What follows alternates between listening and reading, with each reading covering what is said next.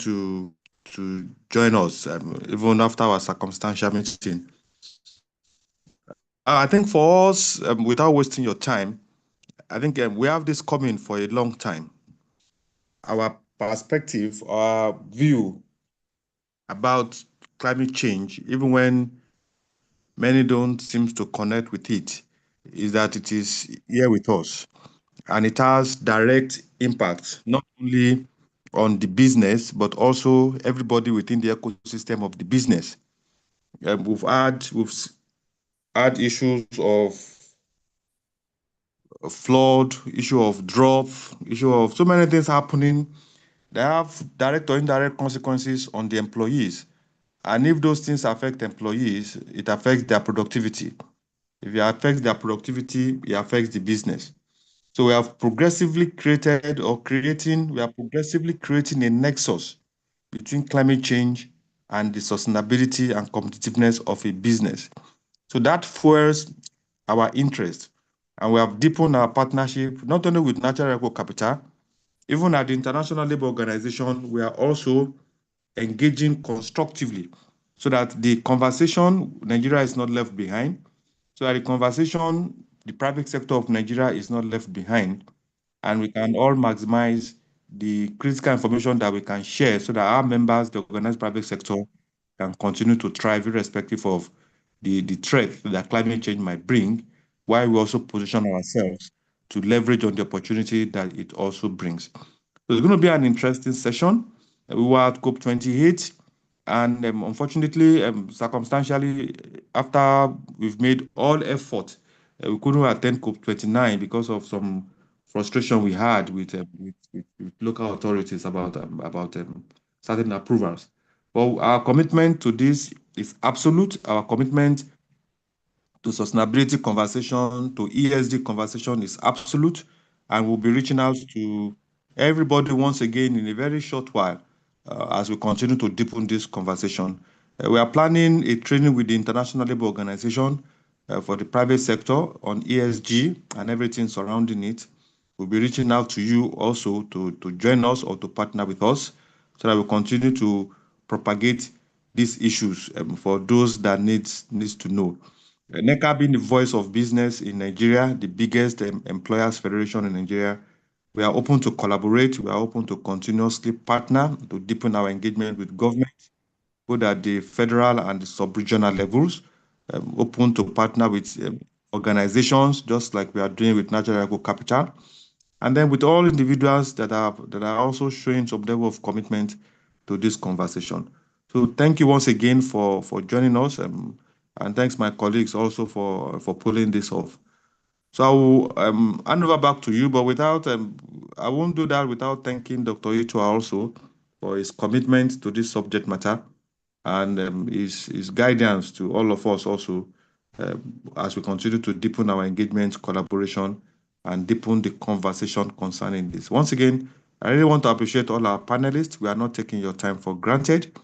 And hopefully in June, when we'll be having the 4th National Employers Summit, the biggest gathering of employers, the biggest platform for employers advocacy in Nigeria. We'll be holding it in June in Abuja, and be rest assured that ESG and sustainability, including climate change, will also be part of the key themes that we'll be discussing at the summit. So once again, thank you very much for joining us, and I'll hand over the mic back to the moderator. Thank you very much. Please, can we give our virtual clap to Mr. Diwali Smart for that wonderful opening remark, setting the tone for today's discussion. I'm yet to see any clap. I need your virtual claps, please. Yeah, thank you very much. Thank you. I appreciate that. Thank you. All right, so we move swiftly. The next on our agenda will be the goodwill messages. We'll be having 2 goodwill messages, and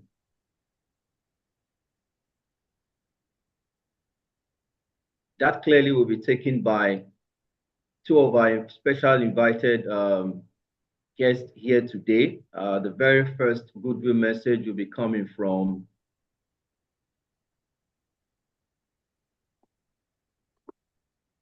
okay, take it up. Thank you. We're having our first goodwill message coming in from Mrs. Olubunmi Oshuntuyi. I'll do a brief. We have a lot from all our speakers today, from panelists to goodwill message, and we will not be able to run through all of them, but I'll just give you a paragraph of Mrs. Olubunmi Oshuntuyi. She is the Secretary General Permanent Head of the International Chamber of Commerce, Nigeria. She has a Master of Science in Industrial Relations and Personnel Management from the University of Lagos and a Bachelor of Science honors in Sociology. She's an ICC certified trainer on international contract terms, a registered trademark of ICC. She also has certificates in management, ICC Certificate of Achievement in Mentor 600, an online program on uniform customs practice, and documentary credits as well as finance international trade from the Institute of Export UK. Furthermore, Mrs. Oshuntuyi holds a certificate on leadership training on ethics and corporate governance from the Robert Morris University, the USA. If you run through, you will see we have 3 paragraphs for the want of time. Distinguished ladies and gentlemen, let's welcome Mrs. Oshuntuyi, who ensures that the highest standards of administrative processes and corporate governance is given within the sphere of her work area. Please, let's put our hands together as we welcome Mrs. Olubunmi Oshuntuyi. Please, madam, note you have 5 minutes. Thank you. Thank you, and I hope I can be heard. Let me start. Please go ahead. Okay, let me start by appreciating the Director General, Mr. Dewale Matoyerinde. Let me also recognize the Special Assistant to the Lagos State Governor on Climate Change, Mrs. Titi Ushodi, the keynote speakers, and the MD of Natural Eco. And for want of time, I will stand on existing protocol that the DG already established quite adequately. And I want to say a very good morning to everyone on this platform. I'd like to say that it gives me a great pleasure to deliver this goodwill message on this event that is very, very global in nature, where we will be discussing on how the outcome of COP29, is impacting on businesses. And in that regard, I am very honored to give this goodwill message on the premise that the ICC International Chamber of Commerce that I represent was actually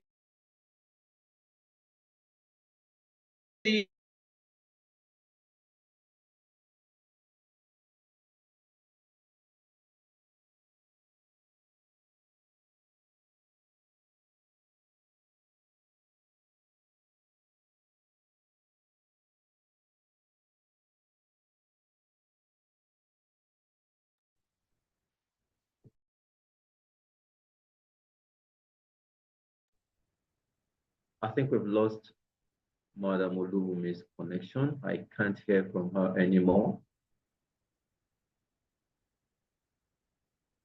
Let's spare her some seconds to reconnect, please.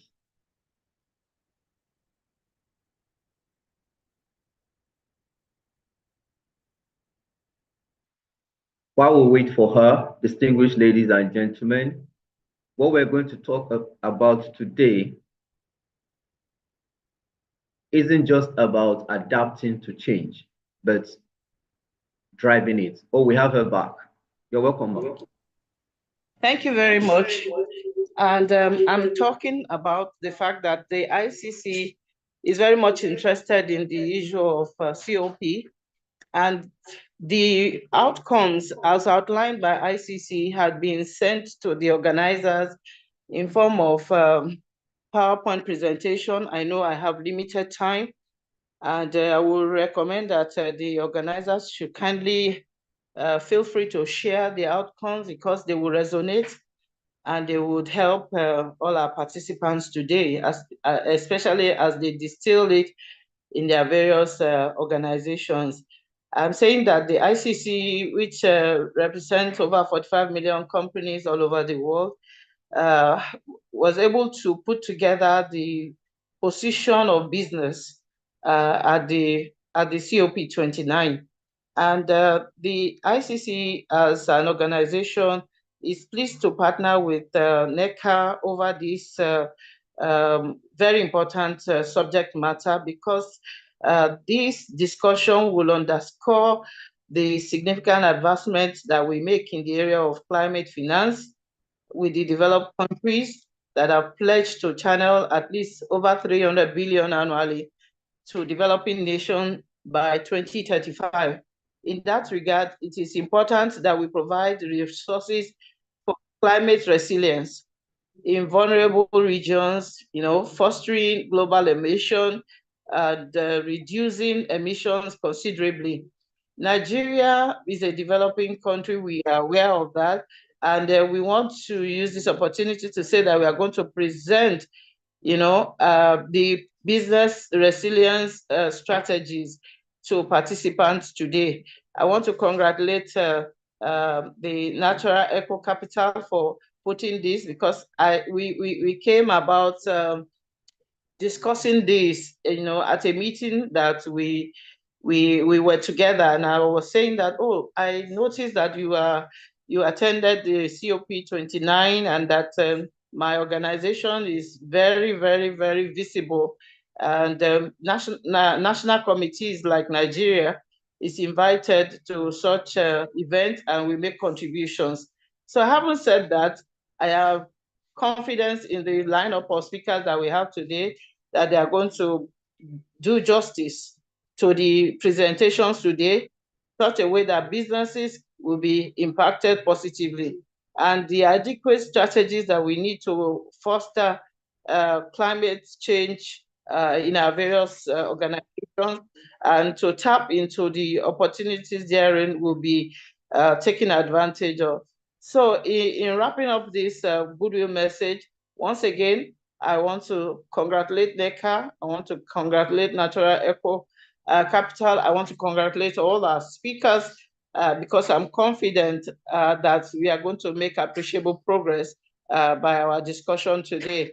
Let me also seize this opportunity to say that it is not out of place for Nigeria to lead the pack in this discussion, because beyond this discussion today, I want us to be able to be at the forefront in disseminating this information to the business community.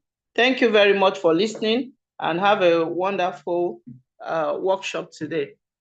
Thank you. Great. Thank you very much, Mrs. Olubunmi Oshuti, for that wonderful goodwill message. We're grateful for that. And we can assure you, taking your point of sharing the outcomes as positioned by ICC with the delegates today. Thank you very much once again. So we move to our next goodwill message, coming in clearly from the Special Assistant to Lagos State Governor on Climate Change. She's a highly accomplished professional who has made a successful transition of a career in marketing and communications to become an organizational management executive, a social reformer, and youth advocate. With over 2 decades of experience in social management roles within the advertising, marketing, and business development sectors, Titi has specialized in project management and has worked in both Lagos and London. Her journey began with driving experiential projects in corporate Nigeria and later expanded to public relations within the governance industry. For want of time, distinguished ladies and gentlemen, let's put up our virtual hands and welcome her as she gives her goodwill message. You're welcome, madam. Thank you so much. Good morning, distinguished guests, our esteemed speakers. I'd like to notably recognize the DG, Mr. Adewale Smart Oyerinde, and also to extend compliments to my co-goodwill speaker, Mrs. Olubumi Oshotoyi. I'd like to say hello also to all of the speakers, the esteemed and distinguished speakers and keynote the call. We have very, very little time, so I'm just going to dive right into it while I stand on the well-established protocol. So it's an honor to join in today at this very important discourse on sustainability and business resilience in Nigeria. I want to commend NECA and the Natural Eco Capital for curating this timely conversation as we navigate the outcomes of COP29 and explore opportunities for climate finance. We were opportune to go to COP in Baku, Azerbaijan, and Lagos State proudly showcased its commitment to climate action, to circular economy and green innovation. As the economic nerve center of Nigeria and a mega city that is deeply vulnerable to climate change and its impact, Lagos were taking bold steps to mainstream sustainability in governance, business, and in community engagement. And I'll just take you through two meetings that we had that were very strategic amongst some other ones. We had a meeting with Indorama, that is a multinational, and they pride themselves as the largest major recycler of PETs. They work closely with Coca-Cola, and they're a sustainable brand that declare over time that they have no consumption or utilization of fossil fuel in their line of production. And, you know, they were very interested in one of the platforms, purpose vehicles that we have designed, which is created around nano and micro businesses. And we had the discussion on the ability to provide infrastructure for collections across strategic places within the community. You would agree with me that Indorama is also would be premised upon the plan to recover their materials as fast as possible. They've established plants, you know, that have been funded by the IFC in Port Harcourt, in Enugu. They're going into Ogun State, and they want to be able to establish an area of nexus for us to work together in terms of their supply chain, so that we can promote some level of bilateral commerce between Lagos and Ogun State, which is the next location that they're looking into. But we're particularly interested in the framework that they had, you know, expressed, they had laid bare, and this is with the Asia Pacific Network, their Sustainable Business Network from the UN, premised upon 5 pillars of energy, infrastructure, innovation, finance, and circular economy. And circular economy being one of our own core areas, because we think strongly that circular economy can be that binding constraint to be able to not only achieve the climate action in terms of mopping up all of these materials that emit this carbon, but also to be able to open up and unlock opportunities for job and for the businesses to scale. So the circular economy, our office at the OCC, we're very, very interested. We produced a report that establishes 6 pillars, looking at the areas of waste collection where this mopping can be established. The second meeting was Coca-Cola Global, and I think the highlight of that was they wanted to be able to establish the linkages that can interrogate material recovery, and they also wanted to you know, brainstorm on a treaty that is in play, you know, around the obligations of EPR with our multinationals and our FMCGs. And 2 pillars that said that we needed to get our PETs to be fully recyclable in terms of the quality of the materials, of the quality of the plastic, and also our waste pickers. So as you can see, that these are areas that are very pivotal.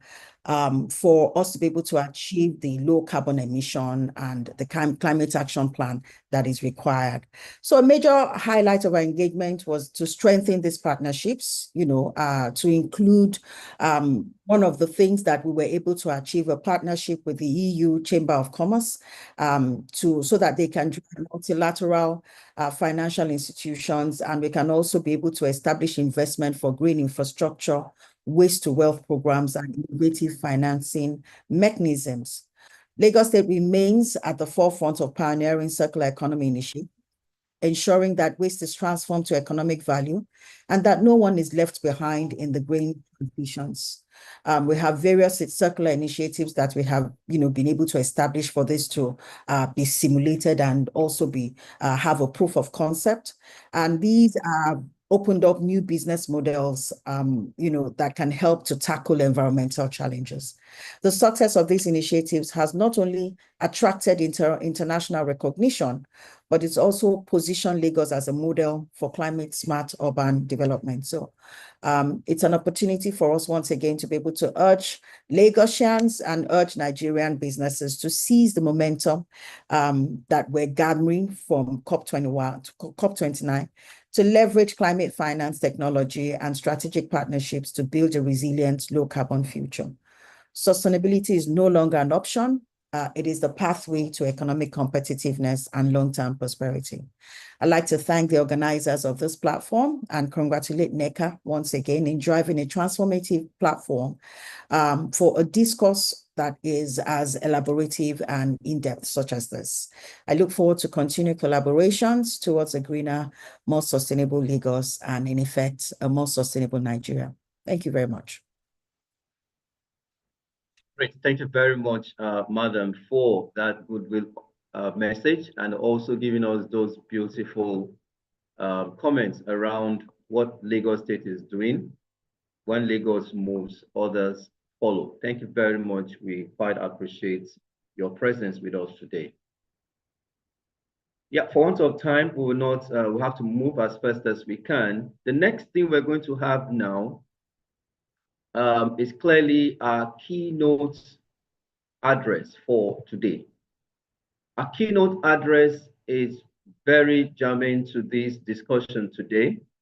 And to speak to us today is Professor Chinedum Nwajiuba from the University of Hohenheim, Germany. He is a professor of agricultural economics specializing in research and environmental economics. He is the chairman of the board of the West African Science Service Center on Climate Change and Adapted Land Use, Accra. He also serves as the chairman of the board of the Nigerian Environmental Study Action Team, NEST, Ibadan. He coordinated the building of the Nigerian response to climate change, which delivered the National Adaptation Strategy and Plan of Action on Climate Change. He served as a negotiator for Nigeria at COP events. He was also the Vice Chancellor of Alex Ekweme Federal University, Ndufu, Alike, in Ebonyi State, Nigeria, and also as a Pro-Chancellor of the Federal University of Agriculture, Zuru, Kebbi State, among other services rendered to government and humanity. Distinguished ladies and gentlemen, let's give it up to our keynote speaker today, who will be talking to us on embracing the future, COP29 outcomes, sustainable practices, and climate finance for business resilience. Let's have our virtual hands, put our hands together for Professor Chinedum Nwajiuba as he speaks to us. Professor, sir. Thank you very much, dear colleagues and friends and patriots of Nigeria. It's a pleasure, privilege to address you this morning. I hope I can be heard clearly. Let me be sure about that. Yeah, yes, can you hear me? Thank you very much. So I'll go straight to business, having acknowledged everyone in your various high offices, and I'll share my screen, and I want to believe that can see that here too. Thank you very much, everyone. Okay, straight to business. Oh, okay. Thank you. Like I said, it's a privilege to speaking at this event. And I want to thank you again. And if you see my screen, the topic I've been assigned to speak in 20 minutes, which I hope I'll be able to do that in 20 minutes, is embracing the future. COP29 outcomes, sustainable practices, and climate finance for business resilience. Thank you.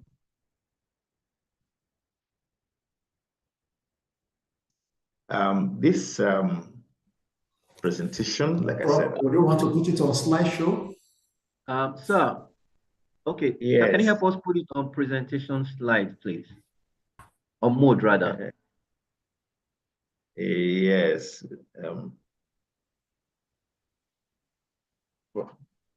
Yeah. Mm-hmm.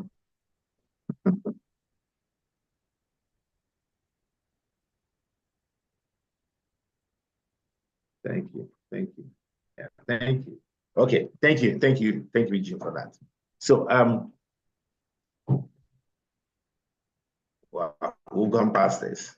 So thank you to NECA and Eco Capital and other strategic collaborators for this innovation and the prospects of I'll be able to sustain this and your ability to convene policymakers, business leaders, sustainability experts, and key stakeholders at a time like this. And it's quite commendable to be able to bring together critical thought leaders who bother with the trends, evolution, and future of humanity. And the word thought leaders and thought leadership is on the line because every civilization and countries that do well must have critical thought leaders who are some kind of elite, who are passionate and committed, because truly there's little we can do in a country if we don't have a critical mass of patriotic, enlightened elite. Now, the theme of the symposium is embracing sustainability, navigating COP29 outcomes and climate finance for business in Nigeria. This is very apt for the private sector in an era of serious economic challenges in and outside Nigeria. As you know, Nigeria faces a lot of economic challenges, but we also know that these challenges are not limited to Nigeria. It's an opportunity. We have an opportunity to call the attention of Nigeria's private sector and to kinetize her end potentials and enrich the discussions and inspire transformative actions, positioning businesses in Nigeria as proactive players in the business. Now, this presentation will be brief. I just have 20 minutes, but concise. But funny enough, I had a very long preamble because this is something we need to situate in time and space. And after that, we just simply go to the key implications of the title. I try as much as possible when I speak to focus on what I have been assigned to in the title. So I'm going to have parts 1, 2, 3, and then a conclusion. Now, sustainability, that's critical. I listened to Mr. Shode talk and emphasize the point of the need for sustainability. There are very many dimensions to sustainability, as you know, but in the commonest, of course, when it comes to mind, is Charles Darwin's position on the survival of the fittest, but that's in a biological and environmental setting. But here we're dealing about business, and only people with ability to change and a strong desire to succeed will achieve sustainability. Therefore, only businesses that can adapt to a rapidly changing world will survive. And truly, the world is rapidly changing. Now, many years ago, we had this advert, "There's no killing the beetle." The beetle was supposedly a strong thing, but the world has moved. I still keep a beetle at home because that was my mother's car, maybe some kind of feeling of nostalgia. But we've gone past that. So that's one way to try to simplify this idea. If you don't adapt, you are going to get out of business. It's not a matter for technicalities of negotiators, but practical implications for business survival, and utilizing and capitalizing on opportunities that arise technically and financially. Now, like I said earlier, it's an era for thought leadership, the ability to think. This sculpture you had there is one of my favorites somewhere in Paris, the thinking man, and of course, the thinking woman. And again, in that your title, you talked about the importance of the future. The future is important to always imagine and be ahead proactively. If you are not, you're going to be swept out of business. And I like Albert Einstein's position on intellectuals being able to solve problems, but geniuses work towards preventing them. So the businesses have to be able to look forward and anticipate the likely scenarios of the future and try to stay ahead. If you don't do that, you'll get out of business, and that's not sustainable. Now, of course, Immanuel Kant, another philosopher I like a lot, was also very concerned about the future. But of course, you can take a simplistic understanding of John Maynard Keynes' position that in the long run, we're all dead. But of course, what he meant is today is important, even when we imagine the future and we work towards the future and we work towards staying ahead of what is coming. Now, what is this thing that is coming? In 2015, after the COP, where I was a negotiator, it became clear to me that the issues have actually gone beyond climate change. We may have been meeting as negotiators and other interests on climate change issues, but the issues have gone beyond that. A new world regime of energy has emerged. That's the reality of the world. And we have new transportation regimes that will have to emerge. And so it is with all the other sectors. The times have changed, the drumbeats are changing, and the dance steps have to change. Now, climate change, like I said, may have driven this, but it has just gone beyond climate change. It's about a new world that has emerged. And the private sector, whose main driving motive is profit, must have to be able to adapt. If you don't adapt, you are going to be overrun. That, in a nutshell, is my central message, which I'm happy to front load. And I'll take the next few slides to raise your consciousness on what is happening with some dramatic positioning. Now, let's look at the pictures here. The world has been here before. That's not new. The pictures you see are real pictures. About 1900 and just before then, the commonest means of transportation in the world was not the automobile, and we didn't have this challenge of fossils. Fossils essentially were things used in the industries after the Industrial Revolution. But the main means of transportation was the horse. And the commonest environmental challenge in the major cities in the United States, for instance, were horse pools around the cities. The pictures to the right and that to the left, you see real pictures of that. But today, with what Ford and the generation around them did, and we've shifted to automobiles, very few persons remember that there was a time when the streets of New York were anything like this, and the streets of Washington or whatever were like that. It changed. Horses on streets, hospitals on streets. That is again where the world is. Fossils are moving away as means of powering the automobiles, a critical consumer of fossils. Now, again, a little distraction. We live in interesting times, as most of you know. It's a Chinese popular saying, you live in interesting times. Things are happening in the world. The world is at sort of a point of inflection, and maybe not many persons are listening or watching. But the truth is, not many persons will usually listen and watch. It's a business for the thinking elite. It's a business for thought leaders. Now, the event that happened this January in the United States, or maybe January 20, makes me appreciate the fact that this event, which should have held before January 20, the inauguration in the US, may have been provincial. It was how God wants it, so that we can now see what really is happening in the biggest economy, currently the largest economy in GDP terms in the world. What's going on in the US has serious implications for and global economy. And in fact, really already having impacts already all over the world, the signals all over the world, and the consequences that may be engineered, may be irreversible, and we have to stay ahead of that. And aspects of that change reminds me of Maya Angelou's I Know Why the Caged Bird Sing, Why the Caged Bird Sings. So things are happening. The pictures you see speaks to me. The more things change, the more they seem to say the same, and not exactly the same. Things will change. Looking to the left, deportations out of the United States, people in chains.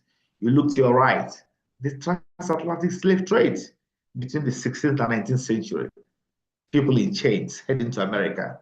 And then to the top left, people in chains being bundled out of America. That's change. Now, we hear about the tariff wars, which I think the Nigerian business sector should pay attention to.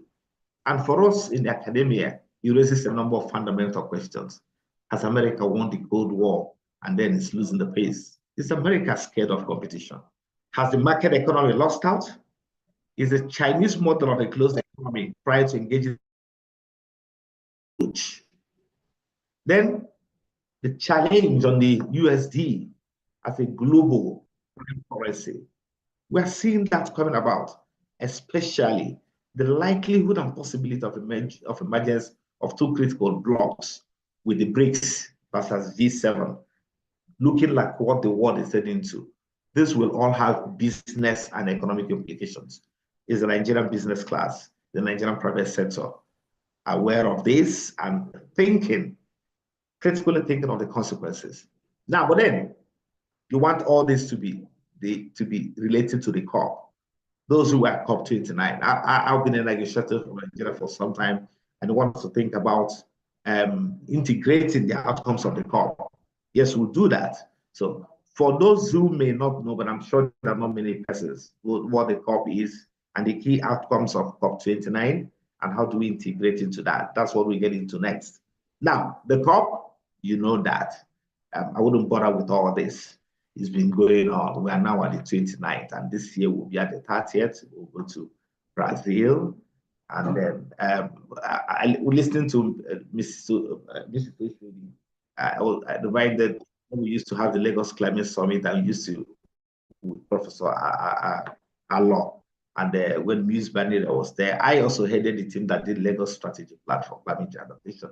We used to imagine that sometime maybe Nigeria could also hold to a COP the way Lagos used to host the Lagos Climate Summit. Are we in a position to that? But that's a little distraction because very soon it will be the turn of Africa again to host the COP. And we've been going around Morocco and South Africa and maybe Kenya, and then we were Egypt the last time in Sharm el-Sheikh. How about the COP that comes to Nigeria next time is the turn of the African group of nations? Now, the COP in Baku, you mentioned, was advertised as a finance COP, and a lot of the issues that emerged revolve around finance. The new collective quantified climate finance goal to raise at least $1.3 by 2035. Are we going to be? Will the world be able to do that? Now, do we remember the commitment to raise 100 billion that was not achieved, and now we now have this? What's the likelihood that the world global system that was unable to raise 100 billion will be able to do this? A question. Now, the COP29 also has that the developed countries will be able to lead the mobilization of 300 billion by 2035. The Carbon Market Standardization Agreement on Carbon Trading, the context of Article 6 of the Paris Agreement, and with respect to adaptation policy, progress on adaptation strategies. Adaptation is something that the African group of negotiators and African continent is very particular about, because for us it's an urgent matter. The loss and damage, which is what we achieved, or what we believe we achieved in Sharm el-Sheikh in Egypt, with loss and damage funds to help countries that are hard hit. Nearly all countries are hard hit these days. And of course, the Baku Climate Unity Pact is something outcome of that, all actors to raise climate finance. Maybe a little expectation and demand by the Annex 1 countries to get China, that is also as rich from the perspective, but it continues to be part of the non-Annex 1 countries to make financial contributions. Now, the other outcomes of Baku, encouraging developing countries to make voluntary contributions. Those who are technically involved in the COPs understand the principle of the differentiated responsibilities that we expect countries in the next one country, a group of countries who have historically been responsible for the emissions that have led to climate change to carry certain responsibilities, including tripling finance developing countries and the beginning process of new climate targets for 2035 and taking action to deliver on past promises on finance, most of which were not achieved, and so on. Now, the COP29, the finance COP, the questions there are, where are the funds? What are the lessons from previous agreements? What funding does the Nigerian business ecosystem require? For what and how much? What do we learn from business, private sector in Nigeria? How indeed is the business environment in Nigeria? Well, those in the business sector know that Nigeria's economy is currently passing through very severe challenges. Now, whatever we do at the COP in Nigeria, we usually do under the AGN, the African Group of Negotiators. And what AGN is advocating for now is a means of implementation at the national level. Clearly, that's what we're doing today falls into that. The African negotiators will need to ensure that means of implementation. Finance is critical, and while pledges have been met, we haven't had much accessibility, and much of the needs and priorities remain met. So, while preference has always been that prevalence multiplies grants and loans, but for private sectors, of course, that'd be nice. But of course, your funding will mostly have to come from non-grants. But it's also about developing capacity to access these funds when they are available. Quite technical things. Those are some areas that maybe Eugene and EcoCap to pay attention in being able to train people on how the technicalities of being able to access whatever funding that is available globally. And then when all this fails, from the global perspective, what can we and should we do, the Nigerian private business and private sector, in order to be able to change and to stay ahead of the changes that have come? Now, the reality which Africa has to come to is the fact that previous financial pledges have been unmet. And the technological innovations that are available will not come free. But these are two critical aspects, whether it's in the NDC, whatever expectations is. Finance have remained unmet. Technological innovations will not come free. Now, back to sustainability. As you know, Nigeria ratified all this. Nigeria has made commitments, different sectors of our economy, most of which even internally we are not able to meet. For those in the energy sector, the gas challenge and the flame has continued, even though we have signed onto all kinds of agreements and so on. And we remain committed as a country, the public sector, to the SDGs, especially SDG 7 and SDG 13 in particular on climate action. But these are things that we as elites and thinkers, business leaders, thought leaders, patriotic Nigerians should begin to worry about. Why is it that the things a greatly gifted country like Nigeria, a greatly endowed country like Nigeria, is consistently punches below her weight? And then as we look at the implications of the COP for business in Nigeria, why is it that the internal situation in the country with respect to all the other opportunities are also the way they are? Now, it is something that requires more critical thinking and, of course, more simple action. It's not just about like Patrice Lumumba would say, thinking out of the box. We just have to, like he says, Patrice Lumumba says, think without the box, because we cannot become what we want by remaining where we are. I want to conclude by saying that the world is a system, and the disruptions of one entity affects the rest of the components. And like I said, the world is at the point of inflection that calls for critical thinking, and gladly we have this opportunity today. We must think like a system, all of us together, into a better future. The future we want, the future Africa wants, and of course, and Nigeria. So let me wind and thank you for being such great listeners. And I hope we have used this few minutes, I guess it was more than the allotted time, to add some value to this process. I'm hoping that we'll see a lot more action. I want to thank again Eugene Itua, my friend, and other colleagues, some of whom I've seen, including friends and associates from as far as South and Eastern Africa, who have been able to, Dr. Karuka and so on. I saw you guys also join from Kenya and so on. I want to thank everyone. Thank you very much, and God bless Nigeria. Thank you. Yeah, thank you very much, Prof, for that exciting paper. Please, can we have our virtual clubs? I'm yet to see anyone. Let's go. Comments, virtual clubs. To Professor for that great delivery, Professor Chinedum Nwajuba. He has told us a whole lot of things, and definitely I will not want to rehearse all he has said, but he has mentioned to us that we need innovative pathways that we can use to access, which he has also shared, and also actionable commitments. That is very important. In fact, he talked about being great as a Nigerian. And at the end, he gave us that buzzer again, that we should think without the box. It's time to, like someone said, we should destroy the box. Let's think outside anything, and don't let anything restrict us. Then he concluded by telling us that the future of what we want is what we should pursue. The Africa we want is what we should pursue. And I love this statement. He said we should think like a system. You know, the whole body is a system.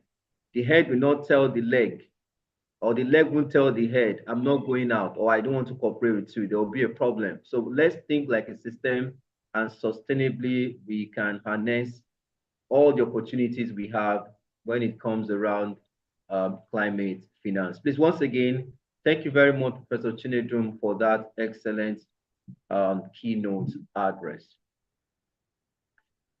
Yeah, distinguished ladies and gentlemen, thank you for the interactions on the chat box. I really appreciate our congratulating messages, and also let's note that we are also to drop our names and addresses, and that's our email addresses, because of the distribution of the soft copies of our different presentations today. Thank you, sir. All right, let's move swiftly. We have some very great discussions ahead of us. We have two papers next.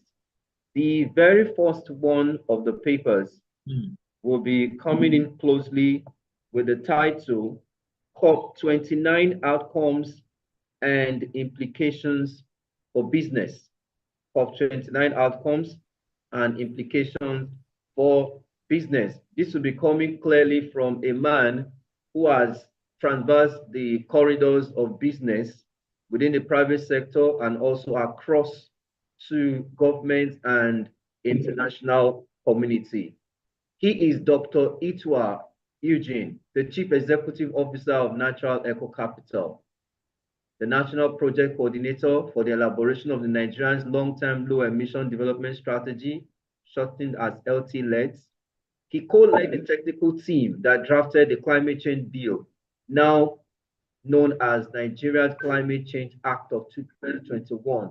He's the regional coordinator for West Africa Capital's Hub, a lead writer, the external peer reviewer of private sector financing for climate and green growth in North Africa, a former policy and advocacy coordinator, Natural Capital in African Development Finance, an initiative of AFDB and Green Growth Knowledge Partnership, a consultant for the development of guidelines for assessing and mitigating environmental and social safeguard risks for the Global Center on Adaptation in 2022. Dr. Eugene is a member advisory board of UNDP's Africa's Green Business and under UNDP Africa Sustainable Finance Hub, South Africa, and a board member of the Governing Council of the Nigerian Employers Consultative Association.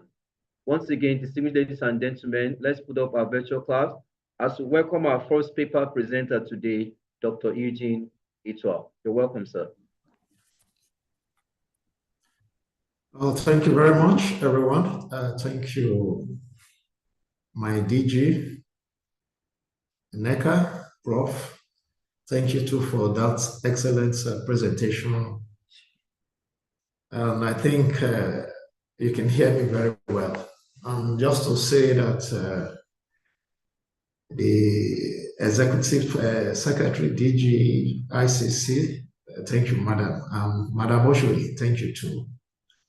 I'm not giving a vote of thanks, but just to show my enthusiasm and appreciation for what has been done. I have been made to, I learned I'll be talking on how we can all embrace sustainability, but taking it using the lens of the outcome of COP29. But I would like to say this, that we continue to say COP20, COP is Conference of the Parties, the 29th Conference of the Parties. That marked a pivotal moment in global climate negotiation with far-reaching implications for business worldwide, including Nigeria. As climate risk intensify, we want to appreciate this. Businesses are under increasing pressure to adapt to sustainability trends and align their strategies with evolving global policies. In the COP29, we want to appreciate this, build on previous climate commitments, focusing on implementation, climate finance and resilience. For Nigeria, a country highly vulnerable to climate change impacts, the summit reinforced the need for accelerated action across industries. With extreme weather events, regulatory shifts, and growing investor interest in sustainability, I tell you, Nigerian businesses must recognize that climate resilience is no longer optional. It's essential for long-term success. And interestingly, Prof already had said all of this. One more thing. Access to climate finance is critical in supporting businesses to transition or transit toward low carbon and climate resilient models. Green bonds, concessional loans, and carbon markets offer great opportunities for Nigerian enterprises to be innovative while contributing to global sustainability goals. As Nigeria navigates the post-COP29 landscape, businesses must seize the opportunity to integrate climate strategies into their operations, ensuring competitiveness, resilience, and sustainable growth. Some of the key outcomes I want to say included the renewed commitment to climate finance. Of course, developed nations reiterated their pledges to provide financial support to developing countries for mitigation and adaptation efforts. So much has been said with regard to the modalities of this funding and ensuring the accessibility. Another thing that was emphasized was adaptation, recognizing the growing impact of climate change. The COP29 highlighted the urgent need for increased funding and support for adaptation measures, particularly in vulnerable countries like Nigeria. Investing in resilience and prioritizing adaptation, in other words, has become priority. What about the NDC that we already have, the nationally determined contribution? How do we translate that to action was also some of the things that were emphasized. Nigeria has got one. Recall in 2021, it reversed or updated the one it had. And now there is the push to revise this since it has that 5-year revision cycle. So there will be revision number 3 of the nationally determined contribution. But of course, as much as we revise this roadmap for each country for their climate actions, they must be translated into concrete projects, policies and actions on the ground. These are quite essential for us to achieve the intended goals. And climate finance and sustainability came out very well. COP29 underscored the intrinsic link between climate finance and sustainability. The discussion emphasized the need for aligning financial flows and sustainable development pathways so that we can ensure long-term economic and environmental well-being. Loss and damage was also what became something tangible that also came out as an outcome. How countries that are vulnerable could be supported through that mechanism. There were major agreements for that focus on increasing transparency and accountability in climate finance reporting. There was this emphasis on private sector engagement in climate action. And so we're pushing that aspect forward with this event. What about the continual push for phasing out fossil fuel subsidies? And indeed, the support for nature-based solutions and biodiversity protection. All of this, people agreements will be fashioned or have been fashioned with regard to all of this. These outcomes have significant implications for Nigerian businesses, requiring them to adapt their strategies and operations to align, like we said earlier, global sustainability trends.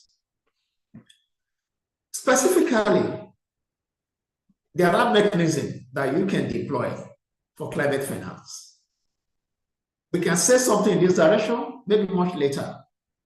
But what specifically are the implications and how can we navigate that so that we can ensure sustainability? For us as businesses, for NECA members, what can you do? We want to appreciate this. One key thing that is coming out of all of this is stricter environmental regulations and reporting. For Nigerian businesses, the implication, of course, is huge. Businesses must comply with evolving environmental laws, including emission reporting and sustainability disclosures. Regulators may enforce, if they are not already enforcing, stricter policies on carbon footprint, waste management, and resource efficiency.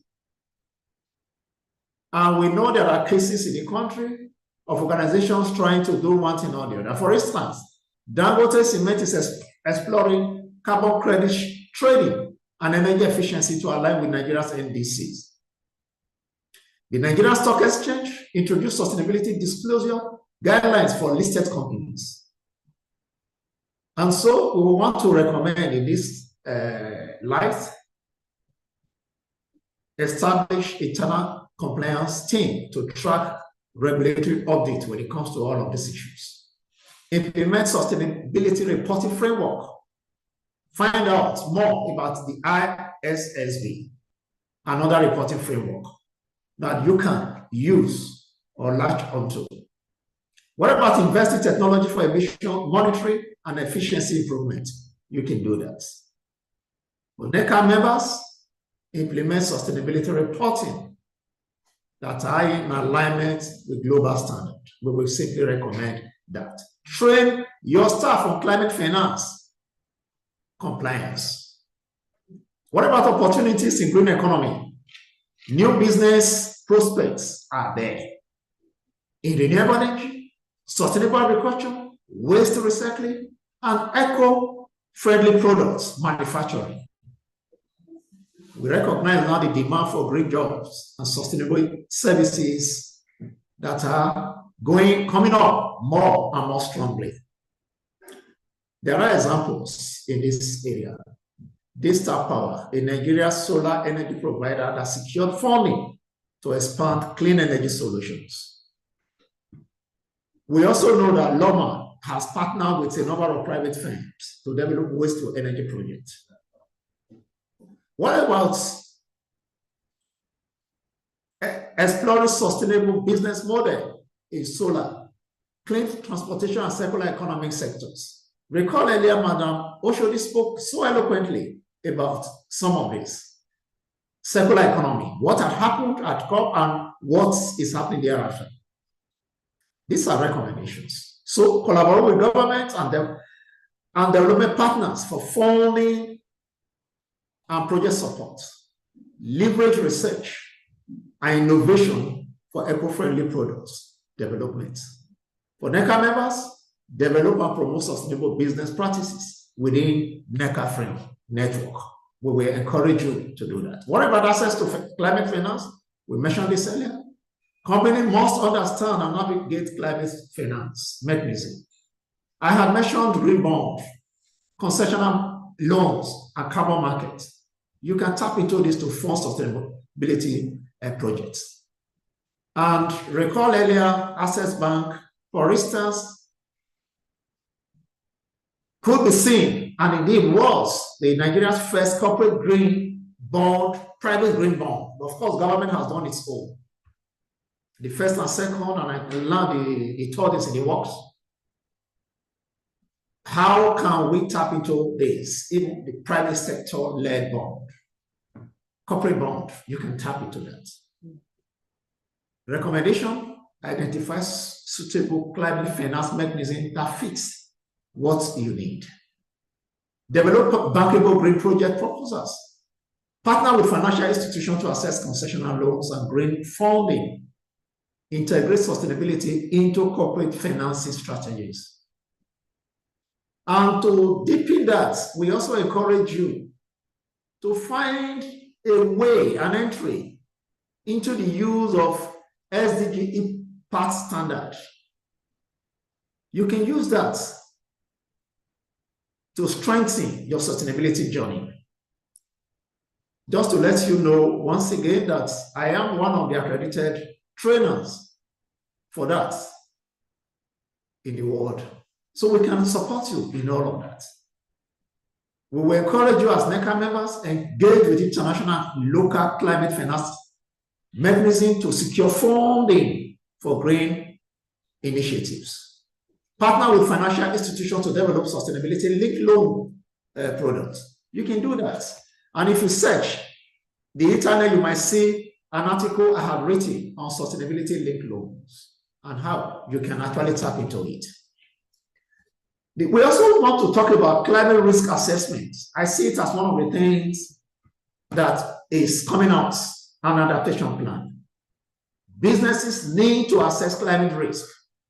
Now that we talk about extreme weather events, supply chain disruption, you must find a way of ensuring that your businesses are sustained. You want to conduct climate risk assessment and integrate the findings into your business continuity plan. Develop infrastructure and supply chain resilience mechanism so that at the end of it all, the climate shock that you will suffer or you will find or you will come in contact with, you're able to deal with it. Again, for NECA members, I think all you simply need to do is to develop and implement climate risk management strategy to protect your business operation. You want to invest in resilient supply chains and advocate for climate adaptation funding. There are ways of getting that done. Again, working with NECA, we can all support you in this. Sustainability integration into business strategy. Again, this is coming out very heavily. Embedding sustainability in business model, improve resilience, reduces costs, and enhance competitiveness in global markets. We recognize that Nestle Nigeria, for instance, implemented a water steward program to reduce industrial water consumption. Flour Mills of Nigeria is investing in sustainable agriculture through responsible sourcing practices. You can follow that. You can indeed align your business with SDGs, set sustainability KPIs, and monitor progress. NECA members, are you aligning your business strategy with Nigeria's NDC by reducing your carbon footprint? You should. What about your improving energy efficiency and investing in renewable energy? Participate in sectorial consultation on NDC, especially when the revisions for revision number 3 is coming up. Reach out to NCCC. Collectively, NECA can move everyone to supporting this. One other thing I'd like to say is the employee training and capacity building. If we don't know, we run into murky waters. Employees need training on sustainability trends, ESG principles, and climate risk management.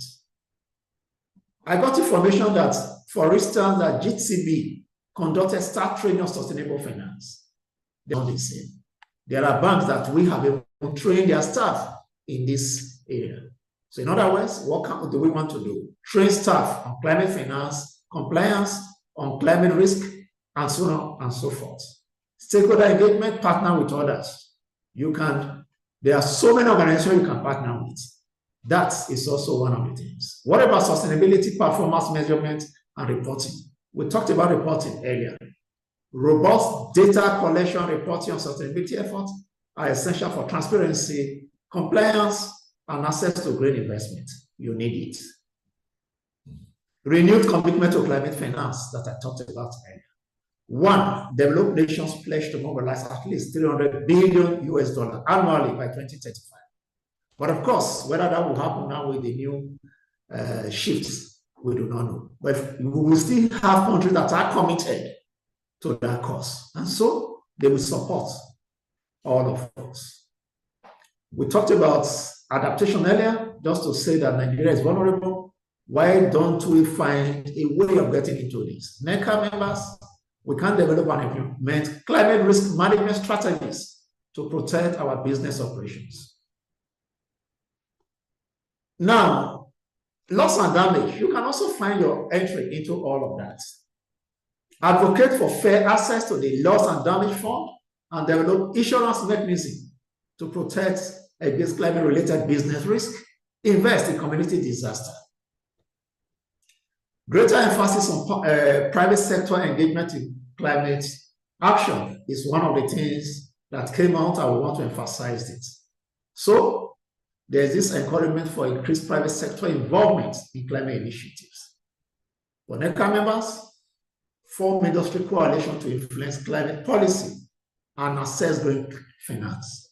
Develop and promote sustainable business practices within NECA networks. A whole lot that needs to be said. One last thing I would like to say in this direction is support for nature-based solution and biodiversity protection. I recall at COP16 in Canada for the biodiversity framework, there was this adoption. If you check, I think target 16 or so, 15. I think it was COP15 actually. COP16 took place in Cali. The need for corporate members to report, big organizations to report in this area. The link was also emphasized at COP29. So what do you need to do? Promotion of solutions that leverage natural processes to address climate challenges. For NECA members, support afforestation and conservation projects. Integrate nature-based solutions into business sustainability strategies. Engage in corporate social responsibility initiative focused on environmental conservation. In closing, as emphasis, we want to embrace climate finance. We want to prioritize adaptation as part of what we need to do to adapt to the vulnerability that we are all exposed to protect our operation, to protect our supply chain, to protect the community where we work.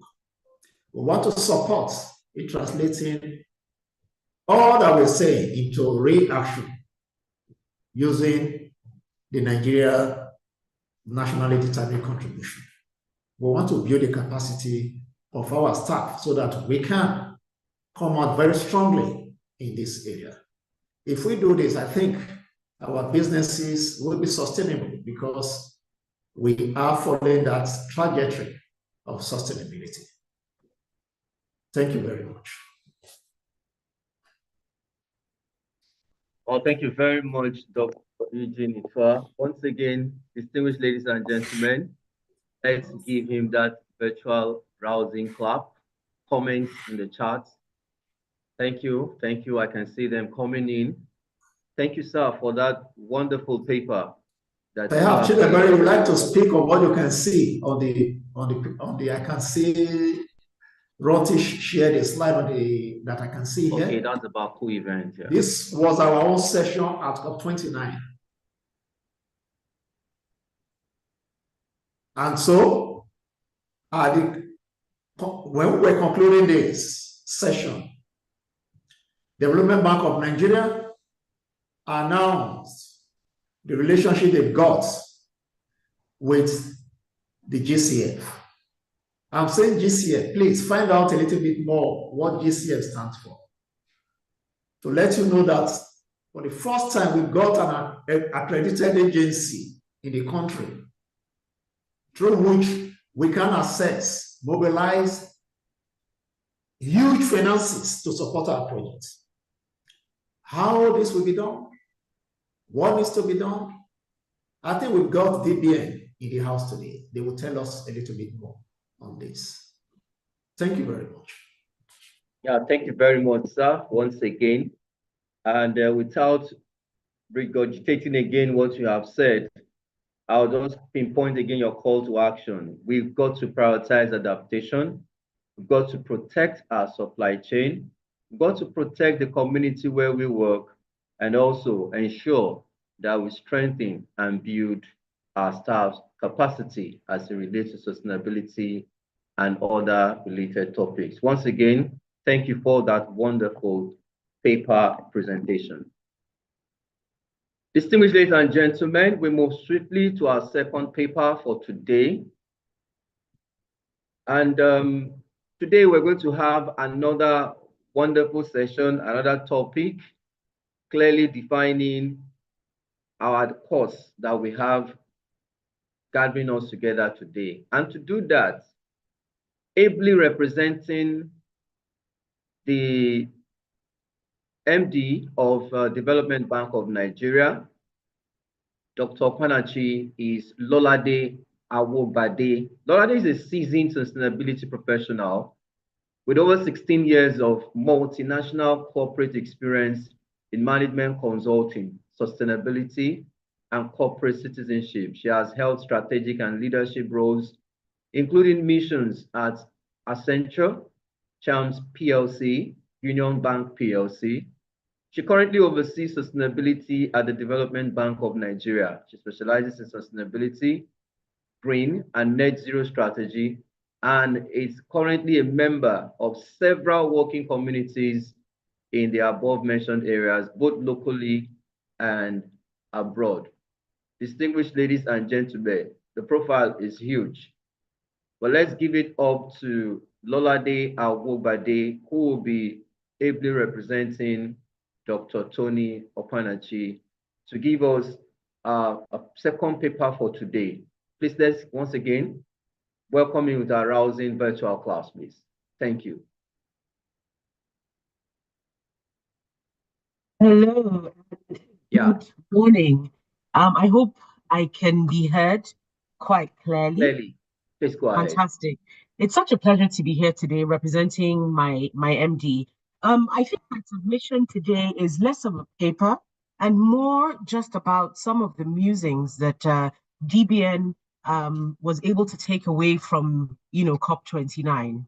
Now, I'm not going to rehash what any of our other speakers have alluded to in terms of the key takeaways.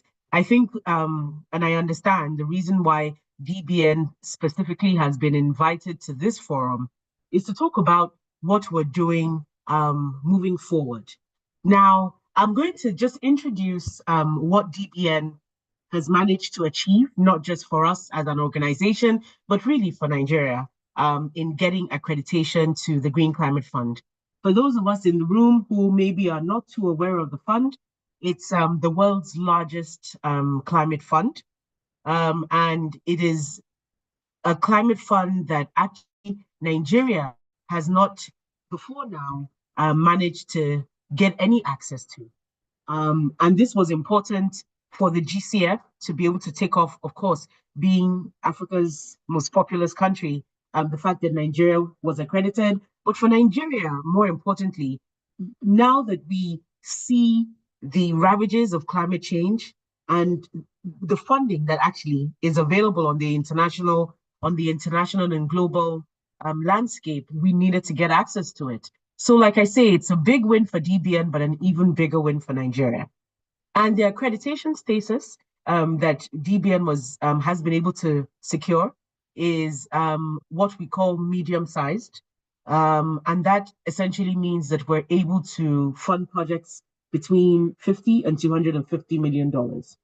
Now, what are these projects? It's exciting. It sounds, the amounts always excite people. But what does this actually mean? It means essentially that for climate, the ravages of climate change within our country, we have a pot of funding that's available. But it's not, and many people like to think about this, it's not money that has been front-loaded. Climates have to be eligible, or projects have to be eligible based on climate ramifications to access this. So we're looking at projects that are adaptation or mitigation led, and it's not the accreditation status that DBN was able to get is not grant based for now. We're looking to expanding our accreditation areas, but for now it's loans, it's project management, and so that means that the categories of projects should not expect the regular grant type mechanisms that have traditionally followed such projects within the continent. These are projects that have to have gender considerations, environmental, social safeguard considerations, and must be able to contribute to livelihoods, right? So we're looking at blended financing options. What do I mean when I say blended financing? I'm saying around, public-private. So if we're dealing, for example, with a subnational, that subnational is coming into that conversation with a certain amount of funding that it has to be able to contribute to these projects, right? Money that DBN will match, GCF will also match. But those are the kinds of considerations that, these projects should have because they're supposed to be self-sustaining. They're supposed to be resilience type projects that are able to solve for a situation that climate change has caused, but in the long term, truly be sustainable for the locality, right?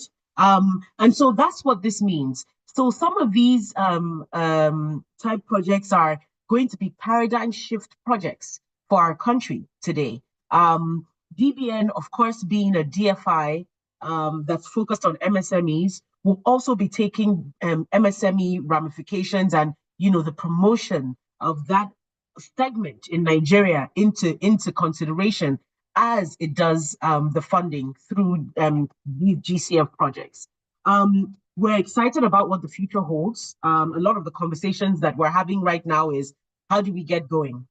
I will answer that by saying we are working very, very closely with the NCCC. I see that they are also on the bill for this event today, and I'm excited because they have become a very close partner of the DBN. So when you talk about the National Council on Climate Change Secretariat, every single project, if you think about pipelines, every single thing is going to have to go through them first before it even gets to DBN.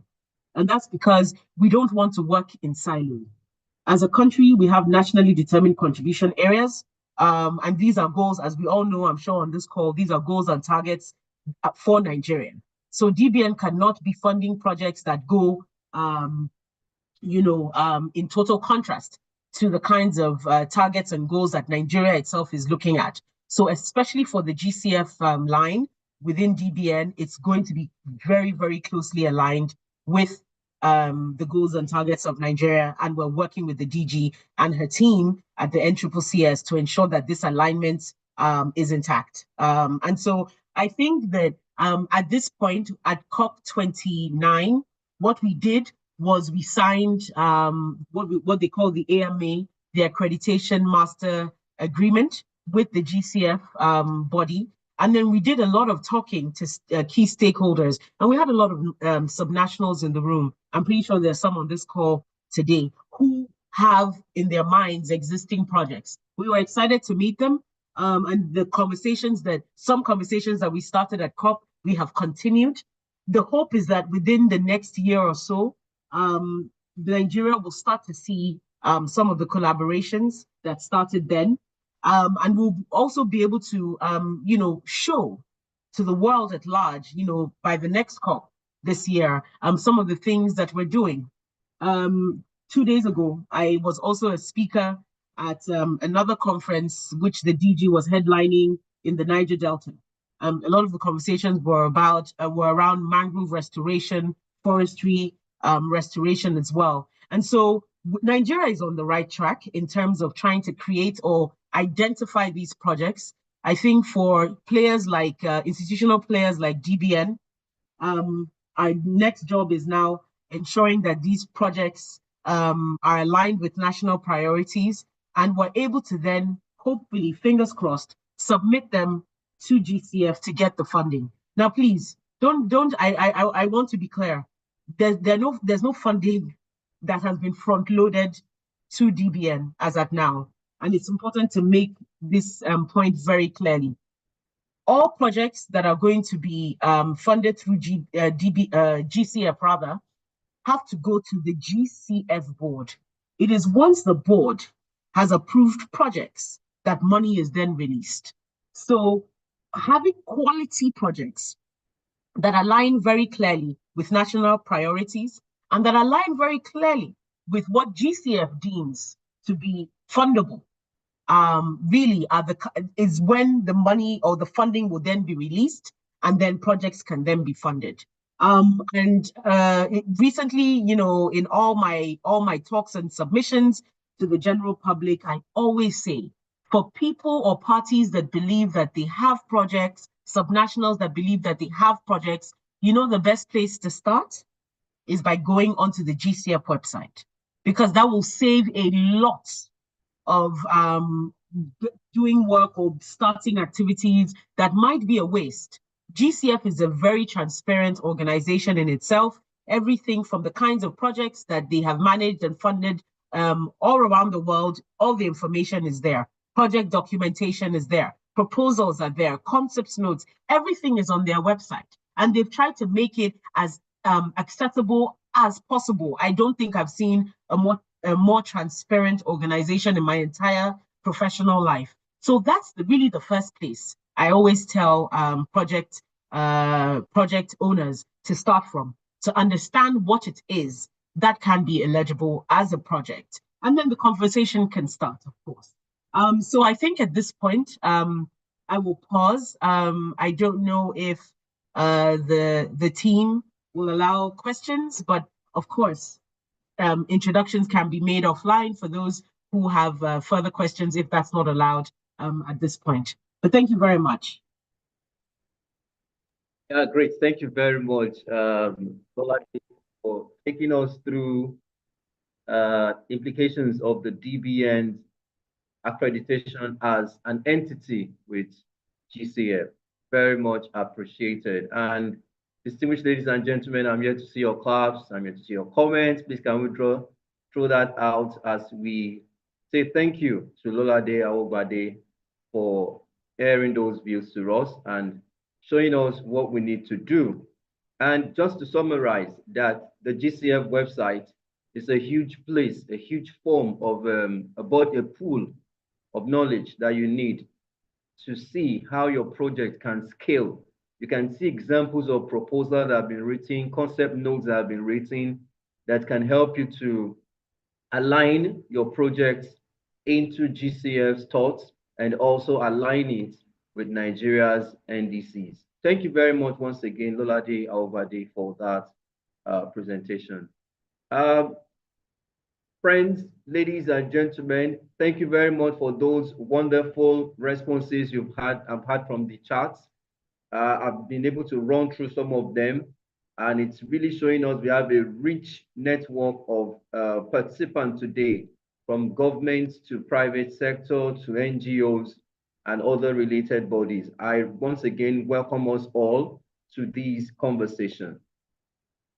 All right, now the hour again has come, and I know we are lagging with time, but we'll see how to manage what we have and ensure that we're able to not keep us too much beyond our time schedule for today. So at this hour, we'll be taking the panel discussion, a very important part of our conversation this afternoon. And this afternoon, we're going to have great panelists coming in to join our conversation already. We'll be having Dr. Bala Yusuf UNISA. Let me just quickly I'll run through everybody's profile and see how we can manage our time today. He's an experienced development economist with a demonstrated track record of working in international development, skilled in analytical skills, development policy, program and project management, a consummate technocrat, and a graduate of the University of Manchester, UK. That is Dr. Bala Yusuf UNISA. He'll be one of our discussants today. Then we also have Madam Kim Dirim Agoti. She has 2 decades of experience in the practice of business law.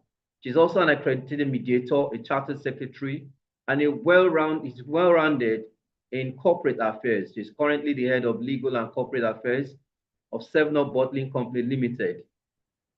Early in her career, Kim worked at the law firm of Aluko and Oyebode, now ALN Nigeria, and Mrs. Olaniun Ajayi, now Olaniun Ajayi LP. You're welcome, madam. Next on this panel, let me try to run through again. I know I have, is Titilope Akosa, but it's not Akosa. She is the executive director of the Center for 21st Century Issues, one of the alternative civil society observers at the Green Climate Fund. She's also a dedicated gender advocate, an environmentalist, a community mobilizer, and defender of vulnerable individuals. She holds a law degree from Lagos State University and the Nigerian Law School, and is a member of the Nigerian Bar Association. You're welcome, Madam Titilope Akosa. So we will be running through our discussion with our discussants, and permit me to mention that the topic we're looking at this afternoon is navigating the future, the implications and opportunities of COP29 outcomes for businesses in Nigeria. I'm excited to be here to share this discussion today. So let's move in rapidly, but let me just mention my wonderful panelists. I'm going to allow you to have a 1-minute general opening about the topic. Then at the end of our conversation today, you're going to give us a 2-minute closing remark about the topic also. So you start out with a 1-minute talk about the topic, and we end up with a 2 minutes. And in between, I'll be bringing out questions for different discussants we have this afternoon. So this high-level, high-profile representation from both private sector, from the government, and non-governmental organizations. So let's see how this rich blend of knowledge and experience and also technical know-how can help us to navigate the outcomes of COP29 that happened in Baku, Azerbaijan, in November 11 to 22, 2024. In no particular order, I'll start with Madam Nkemdirim Agbati, Head Legal and Corporate Affairs 7up, to give us her opening on the topic we have today, navigating the future, the implications and opportunities of COP29 outcomes for businesses in Nigeria. The 1 minute, madam. Thank you. Okay, thank you. Thank you. Good afternoon, everyone. I'm very glad to be here. This topic is a topic I'm very, very interested in.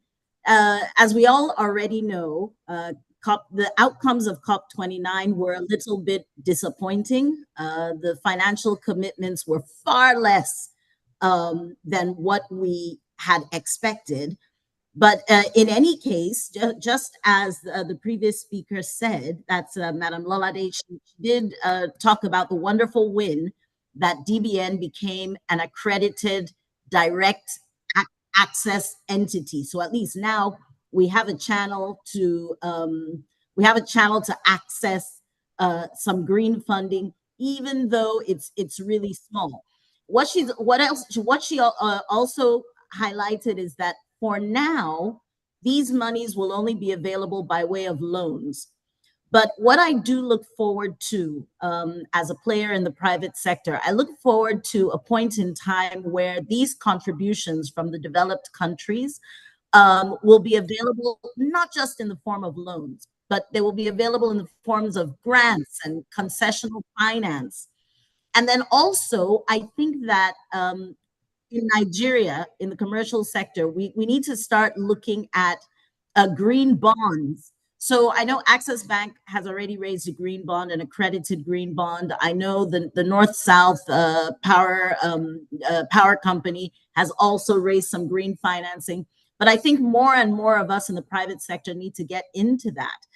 Professor Wajuba had said that we need, for our businesses to be sustainable, we need to be adaptable. And for me, what that means is that whether we like it or not, the way the world is heading, we need to be able to adapt and mitigate the effects of climate change. And we also need to be able to transition to renewable energy. So fossil fuels are becoming less and less popular. And, wind and hydroelectricity, which we already do anyway, but wind and solar and hydrogen are now the order of the day. Generating this kind of energy is very expensive. So there's a lot of research and development that needs to go into how to make these renewable sources cheaper and more accessible. But where I'm going, what I'm saying is that corporations need to put it in their long-term planning. And this funding that is coming through the Green Climate Fund should be utilized for this kind of thing, to make green investments in renewable energy projects. And also, if you are a company that is dedicated to environmental sustainability, you can also get your working capital loan from these sources as well. You can get working capital loans. You can get your expansion projects can be funded here as well if you are an environmentally responsible company. And then there was something else, I think also that Lolade said, sorry, I'll just take one more second. Lolade said something about, or I'm not sure if it was Lolade, that said we must make sure that our goals are aligned to the NDCs and that our goals are also acceptable to the the Global Climate Fund. We need to make sure all that is happening. And there are many opportunities to cooperate with government to make sure that each company is making their contribution to the NDCs. And one very interesting development is the recent launch of the carbon registry by Lagos State. It is a repository of information, and that information will help. It's a hub where we can be able to track what is the contribution of Lagos through the private sector, what is the contribution of Lagos to the NDCs. And at the end of the day, in the long run, it works out well for Lagos at subnational level, but it also works out well for the private sector because The state is more than happy to facilitate the acquisition of the kind of green funding that we need if we're able to demonstrate that we're contributing to the NDCs. I have so much more to say, but I'll stop there for now. Thank you very much. Thank you, Madam Kim, for your opening on navigating the future, the implications and opportunities of COP29 outcomes for businesses in Nigeria. Yet, Lolade, please, you may have to be on ground because we're going to have our questions and interactive session immediately after this panel discussion. So please spare us with that timing to be available to respond to questions where applicable. Thank you very much, Lolade. Yeah, once again, thank you, Madam Kim. I go to Dr. Bala to give us, sir, your openings for this topic in 1 minute, please. Thank you, sir.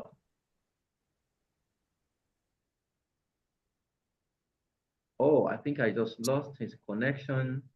All right, let's go to Madam Titilope Aposa as we wait for Dr. Bala to return. Your opening, please, in 1 minute. Yeah, thank you. Thank you very much, Mr. Chidiebere. Yeah, good afternoon, everyone, or good morning, wherever you are around the world. Yeah. Again, I think I want to latch on what other speakers have said, but what is most important for me to say here in this 1 minute is to actually let everyone know that there's a whole lot of opportunities for the private sector. As Dr. Eugene has highlighted, that there is opportunity for PPPs, green bonds, people to put in money and things like that. But what is most important, which I may think would really align with the accreditation of DBN, it's the kind of opportunities that are available for SMEs. If you look around us, a lot of us are looking at climate change as a big challenge, but it is an opportunity for us to turn it into a business opportunity, as it were now. Knowing that after COP29, what we had, we were looking for trillions, but what we got was just short of what we were expecting. It's still some millions. Even when we are talking about 100 billion per annum, we still didn't get there. So it means that the shortfall, the gaps, are also going to be filled up by the private sector. And how will the private sector do this? It's looking at the different kinds of sectors, climate vulnerable sectors, where investments can be plugged into it. For instance, in Nigeria now, we know that we are trying to diversify our energy outlook. We are looking at gas, we are looking at renewables, as much as we are trying also to use fossil fuel. Yet, fossil fuel have been dominant, but if you look around you, you will see that we are now having gas stations, we are having electric vehicles. These are opportunities for real investment. And as you are making that kind of investment, these are investments that is helping us to reduce carbon emissions. And these are very, very important business opportunities that will bring a lot of return on investment. A lot of you remember that when Nigeria first of all issued the sovereign bond, the first of them all, we had what we call energizing education, and there was a whole return on investment where renewables were deployed into our universities across Nigeria. A lot of people who tapped into that bond issuance had a lot of returns. So we need to sit down and look at the different sectors. And now we have an enabling instrument. We have done our long-term vision on mitigation for Nigeria, which is there. We have a whole lot of policies that is going to enable us. Yet I know that those policies may not be enough. At times we may need more laws also to guard some of these things. But the truth is that there's this opportunity for us right now to fill the gap where we don't have a lot of concessional financing. But yet we know that there are some banks, MDBs across in Africa or outside Africa, who have also collected a lot of funding from the GCF, who are bringing in money, especially for the SME businesses, to go into green businesses. And I know there are young people who are into green businesses like recycling. Some people are doing climate smart agriculture, putting small scale farmers together to get their farm produce, help them to also be bankable Of course, a lot of them are who before we are not owning bank accounts, but because they are into those kind of businesses right now, they are not opening bank accounts, they are being paid. And you see, and if you look at it, a whole lot of it, we are using the private sector investment also to address gender inequality, to address climate issues. And there are a lot of climate solutions out there that if that is going to attract a lot of investment and return on investment. So these are the kinds of opportunities I think we need to be looking out for. Great. Thank you. Thank you very much, Madam Akosa. I told you when we started, we have curated experienced hands. So it's very difficult for them to talk in 1 minute for an opening.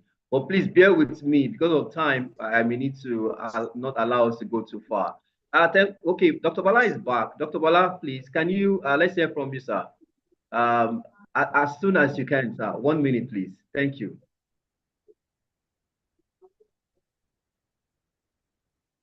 Dr. Bala, can you hear me? If you are speaking, you are muted, please.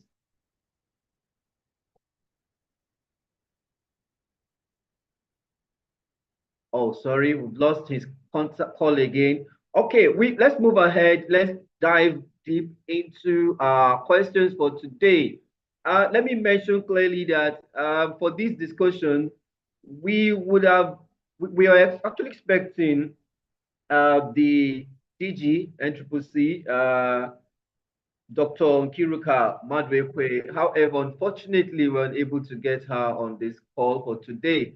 But definitely, she's going to send in her thoughts, and that will clearly be shared, and we'll have a more holistic view from her too about what we are talking today. Dr. Bala is back. Sir, in 1 minute, your opening, please. Okay, thank you very much. I've been on this call for a very long time, and when it was time for me to talk, and then the network misbehaved. Thank you very much. Very good morning, colleagues. On behalf of the Office of the Senior Special Assistant to the President on the Sustainable Development Goals, we bring warm greetings. And I wish to commend the organizers for deeming it fit to bring this discussion to the table. Navigating the future, the implications and opportunities for the outcomes of COP29. It's apt and timely. Especially when we look at the financial requirements for Nigeria's nationally determined contribution implementation framework.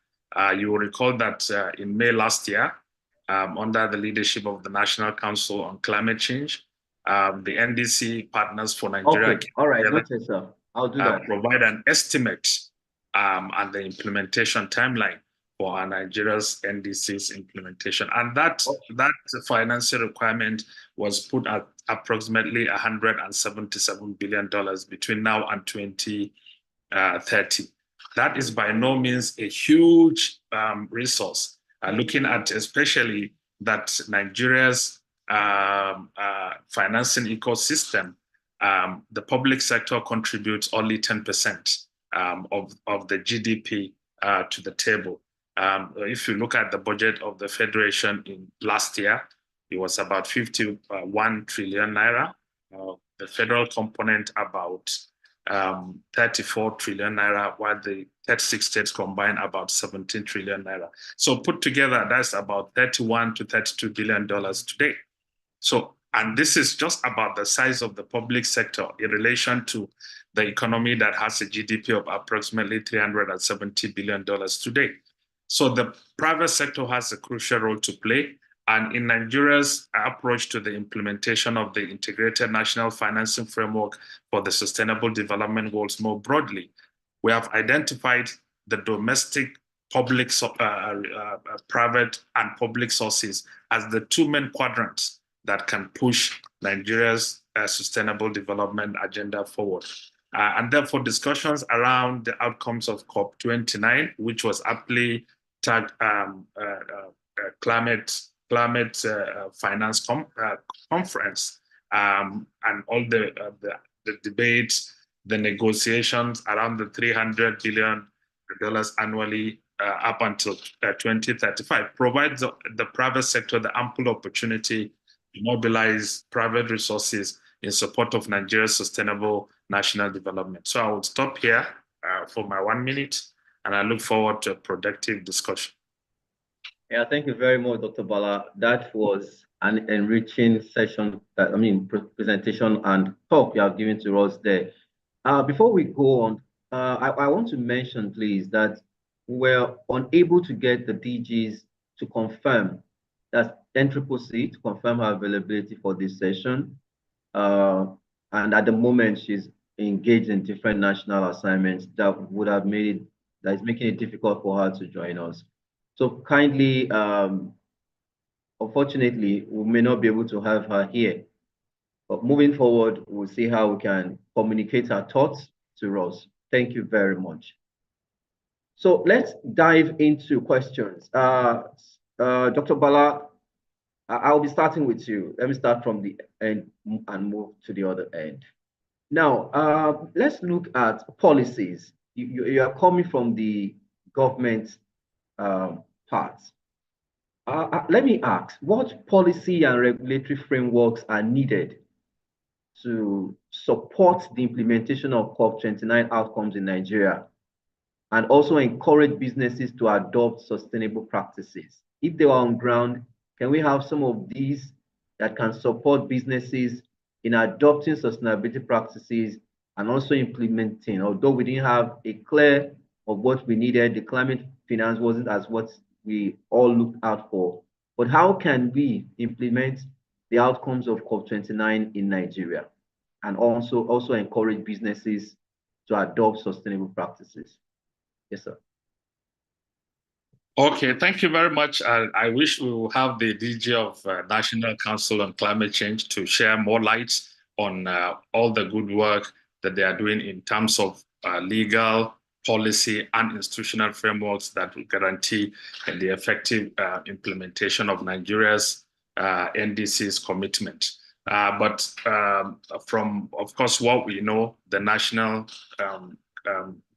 Climate Change Act that enabled the establishment of the council and empowered the council to provide policy plans that enable Nigeria's or demonstrate, if you like, Nigeria's commitment to the Paris Agreement and all the conference of parties to the United Nations Framework Convention it's already in place. So we have the appropriate legal, institutional, policy frameworks that will enable us to mobilize the expertise and resources of the organized private sector in support of the SDGs. And also recall that I think Dr. Itua also mentioned it here.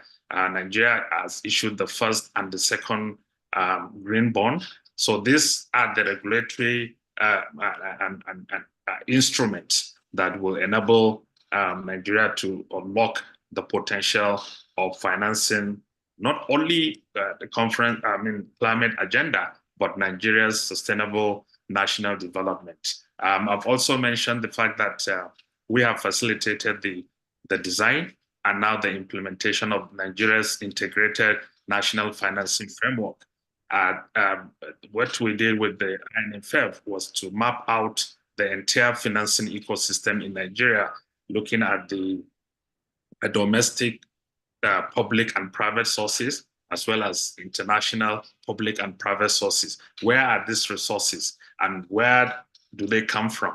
And then in terms of what sort of incentives, regulatory, like you said, frameworks are needed, including legislative imperatives to enable us unlock the potentials of these 4 quadrants to finance broadly Nigeria's sustainable development, of which the climate action is for us one of the 17 of them within the framework of the 2030 Agenda for Sustainable Development.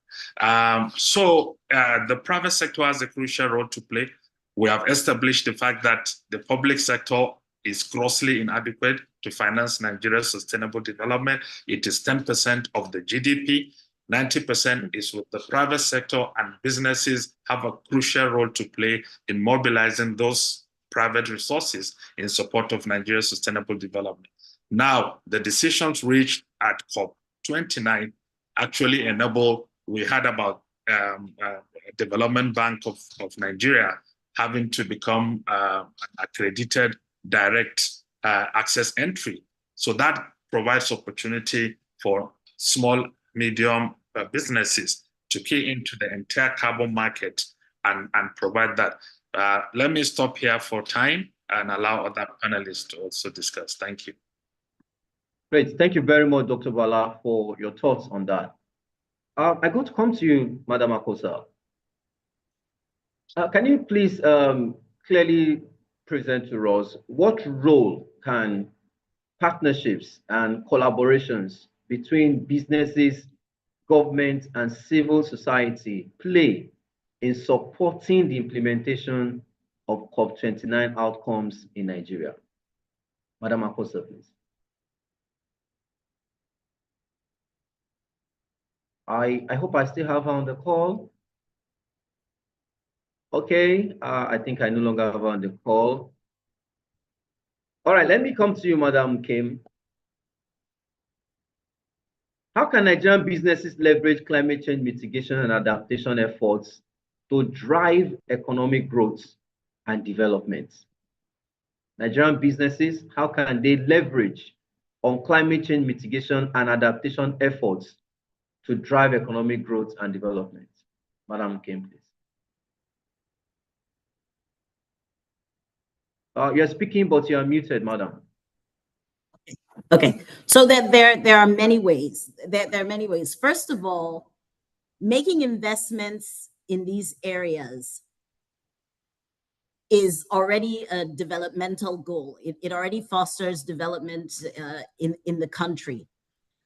But when you say how can we leverage it, maybe I'd rather answer the question from the point of view of it's worthwhile to leverage these things, because not only does it foster development, but it also enhances profitability. So right now, there are already regulatory requirements from CBN and from FRCN. You have no choice but to observe a certain level of environmental responsibility and stewardship. There are already regulatory requirements that we have to comply with.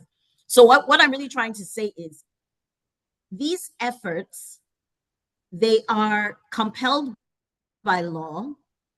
They make the country look good, but they also foster a lot of incentives.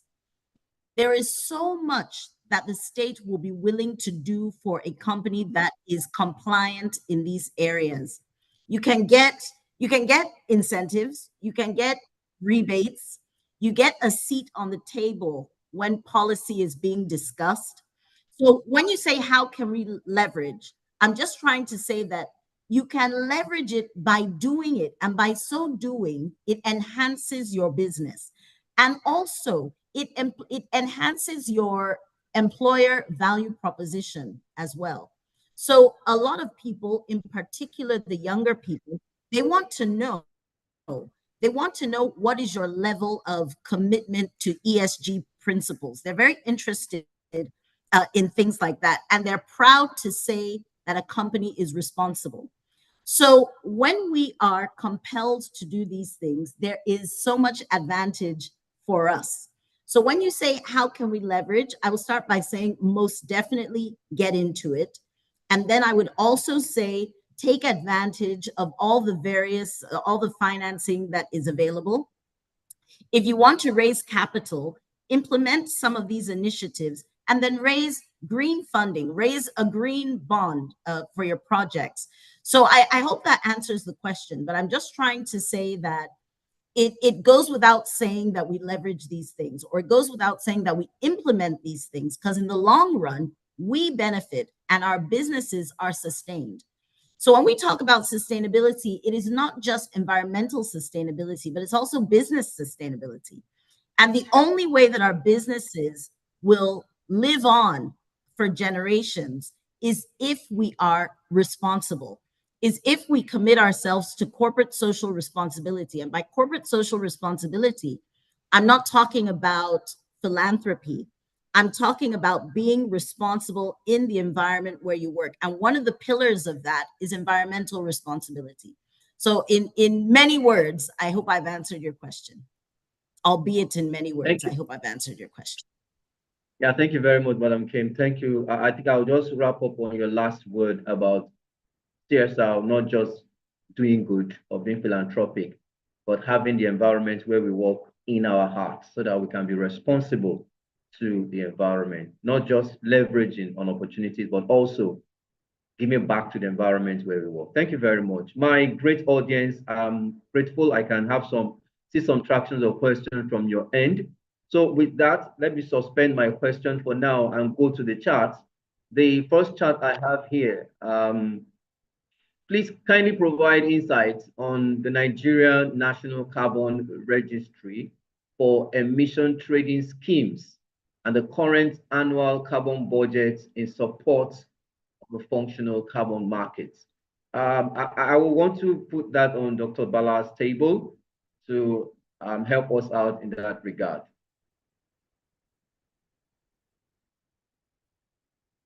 I hope I was audible enough to send that message. Madam Akosa, if you are available, can I have your voice? Can you speak? I can't trace your name on this platform because we are waiting for you to talk to us. Yeah, I can speak. Thank you. Great. Okay. I'm not sure I can hear Dr. Bala, so let me come back to you. Let me come to you then. Madam Akosa, please help us out to outline those roles that partnership and collaboration between businesses, governments, and civil society can play in supporting the implementation of outcomes in Nigeria.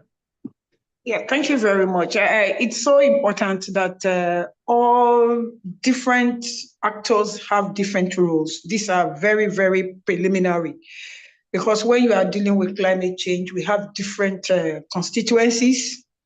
We have the youth constituency, we have the women's constituency, we have the trade labor constituency, we have the research constituency, we have almost, I think, about 11 of them. And these constituencies are very, very important. As much as the private sector is very important to, of course, bring in finance, to address, to invest. Also, we need the voices of the civil society to begin to monitor, to hold people accountable so that most of these investments do not do harm to the people, but will do good to the people. So in that space, we need the civil society to always speak truth to power, so that when the private sector is doing its things and they can't remember that human rights issues are important, then we remind them, we let them know, and then also to remind them that community engagement, what the people say, what the people want, needs to define their business priority as much as they want to make profit. That is very, very important here. And for government, of course, government is there to bring in the policies, the right policies to enable private sector to come in, and even to enable the civil society to be able to do their work in the best manner, in such a way that it will result to the good of the whole populace. And then we have the young people. We need to look at, when you are looking at development, sustainable development is talking about we should not compromise the future of the young people, those who are yet unborn. So the young people too has a voice in all of these things. So this collaboration, it's a multidisciplinary collaboration which we must put forward so that everybody will have a say, will be inclusive, and people's issues and concerns will be addressed as much as people want to make profit. And not only to make profit, also to ensure that there are some projects that they may not result into profit making, but they will bring social returns to the people, so that most of the time we will not only look at doing business, but we look at social returns. What are these social benefits that will go to the people? Because if we don't prioritize social benefits, social returns, and match it with profit returns, then we are going to have problems. We all remember the triple bottom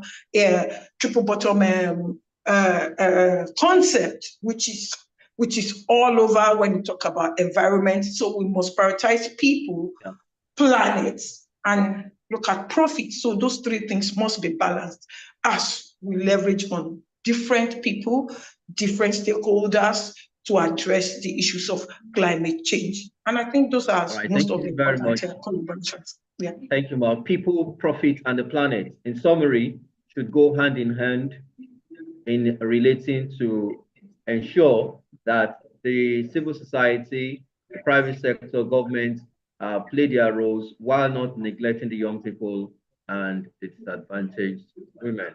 All right, thank you very much. I'll come back to, I'm not sure I can hear Dr. Bala now, if it's possible. Hello? Oh, Yeah. great. Thank you for, yeah, thank you, sir.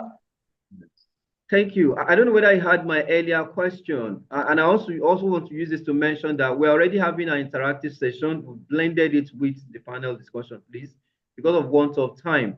So if you have your questions, please drop it on the chat, and please mention who you want to direct the questions to, so it can be clear to us to point the question to the discussants we have on the platform.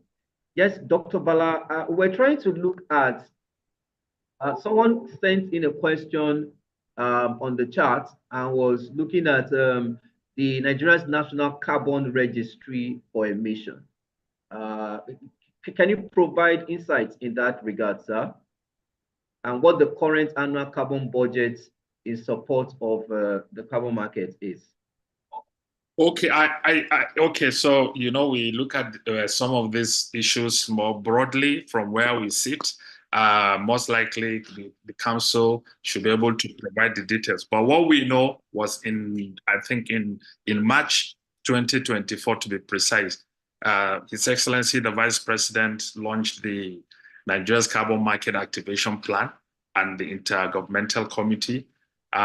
Basically, the strategy was to help Nigeria reduce its carbon footprint, in line with also Nigeria's Energy Transition Plan 2021 for a just transition. And there was the target was to tap about $2.5 billion in the carbon market. So that is broadly the idea, to tap from the carbon market, which was estimated at 2.5 billion. And I think the executive chairman of the Federal Inland Revenue Service, Mr. Zat, is actually chairing that intergovernmental committee, as it were, on carbon market activation plan. So the details will be available. In terms of the registry, I haven't got the details at the moment. But this is broadly what it is, and this should be out there, I'm sure, with the National Council on Climate Change for deeper understanding of the registry. Thank you very much, sir. That's a very wonderful response from you. Thank you. Let me come back to you, Madam Kim. For want of time, once again, please drop your questions, drop your comments, so that we can bridge everything together. Please, how can businesses in Nigeria prioritize sustainability and environmental responsibility in their operations and also in their supply chains? If you have any direct case study examples, you can share with us. Thank you very much. So please, let me start by saying, let me start by saying it is essential that we prioritize sustainability. And the way to make sure that it is prioritized and it's top of mind and it is owned by the rest of the organization is by setting the tone at the top. So every organization, if you don't have board buy-in, if at board level these things are not embraced or recognized, then you can forget about it being a corporate priority. The experience I've had at 7UP is that tone at the top is there. And 7UP has made considerable investments. Our carbon footprint has been reduced substantially. We have 9 plants, and I think there's only 2 plants that still use diesel to some extent. All the other plants are solar, grid, and gas. We have made so many. We've accomplished so much, and we've achieved so many milestones towards reducing our carbon footprint and also reducing our plastic footprint as well. So our water bottles are 50% recycled PET. But to go back to your question, it all begins with tone at the top. Once you have that tone at the top, the sky is your limit. Great, thank you very much. Management commitment is critical. And I love what you did. You know, they said charity begins at home. So you give us case studies from home. Thank you very much for that. I don't know whether I still have Lolade on the call. I have some questions directed to her. Lolade, are you on the call?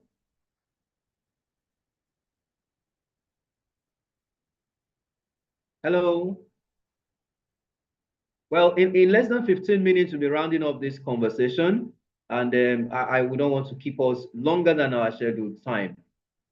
So if Lolade is no longer on this call, delegates will find a way of reaching out to you with the question. I want to believe we have sent in our names and our emails. We have a way to respond to these questions and share them. Hello, Mr. Chidebere, please. Sorry, I can respond to the Lolade question. It's a GCF website. You know, I'm the alternate civil society rep for the GCF. Okay, so can you quickly help us drop that? There's actually another question I would have directed just to her. put it in your Google thing. Put the Green Climate Fund there, and the website will pop up.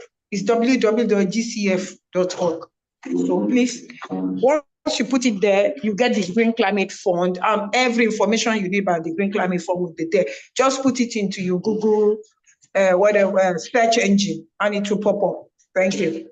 Yeah. Thank you very much. So GCF actually is the Green Climate Fund. So give a good search and you get responses. Other questions will be directed to her and she will be able to send it to us. She will send it to us and we'll send it through your emails. So because of time, please, my distinguished panelists of discussion rather, can you give me your 1 minute? I said 2 minutes at the beginning, but because of time, please, your 1 minute closing remark, please. Your wrap up. Let me start from Dr. Bala. Well, thank you very much. I'd just like to conclude by appreciating the organizers of this discussion.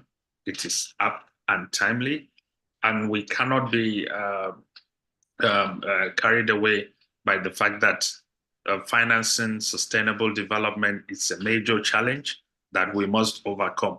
We have only 5 years to the 2030 agenda, of which even the Paris Agreement and most of the outcomes of the Conference of Parties since Glasgow are closely tied to 2030, and therefore the private sector resources are needed, including expertise, to support public sector resources in support of our climate agenda.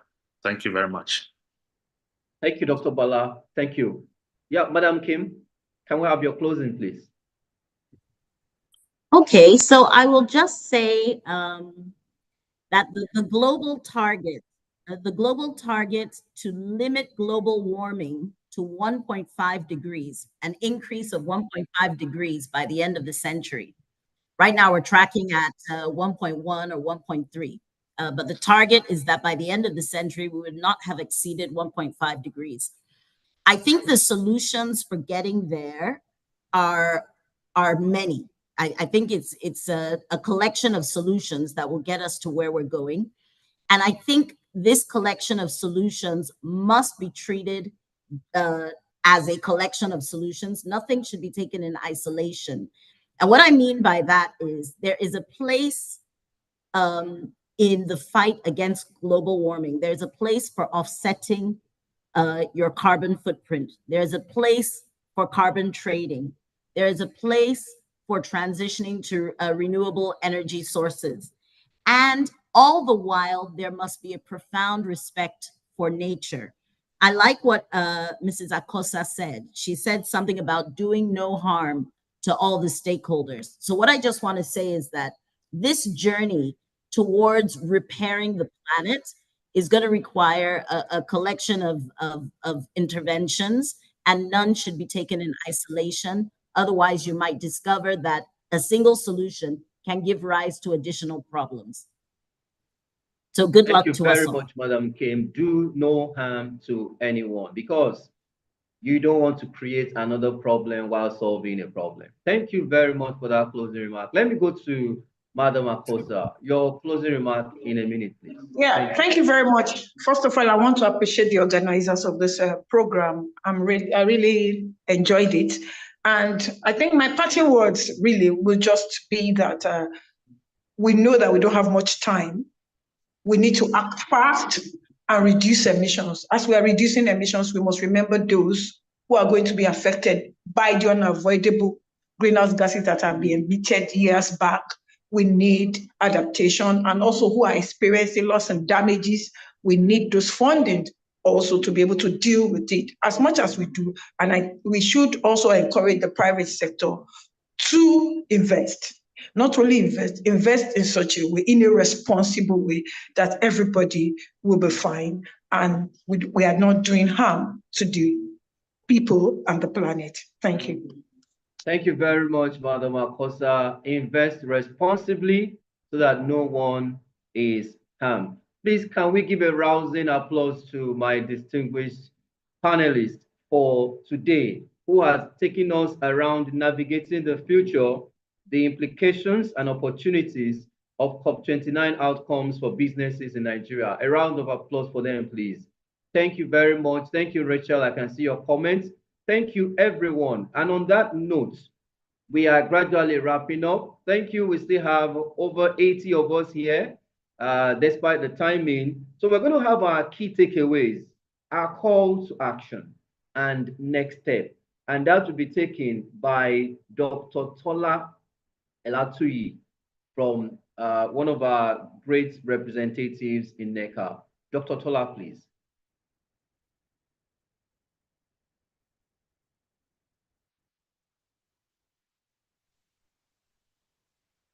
Hello. Okay, fantastic. I was waiting to be unmuted. Yeah, Thank you very much. now. And I Thank must you. say, Mr. Chidebere, you've done a very good job so far. All our panelists, thank you very much. Our keynote speakers who were on the call, thank you very much. Professor Chinedum and Dr. Itwa, thank you so much. So we started off with the keynote addresses, and of course, Madam Titi talked to us about the Lagos State support about waste to wealth. Yeah, she talked about the support on green economy, low carbon emission, and of course the partnership. We should strengthen partnerships as much as we can. And for all our discussions, they've been elaborate and in a collaborative format. Yeah, Professor Chinedum talked about embracing the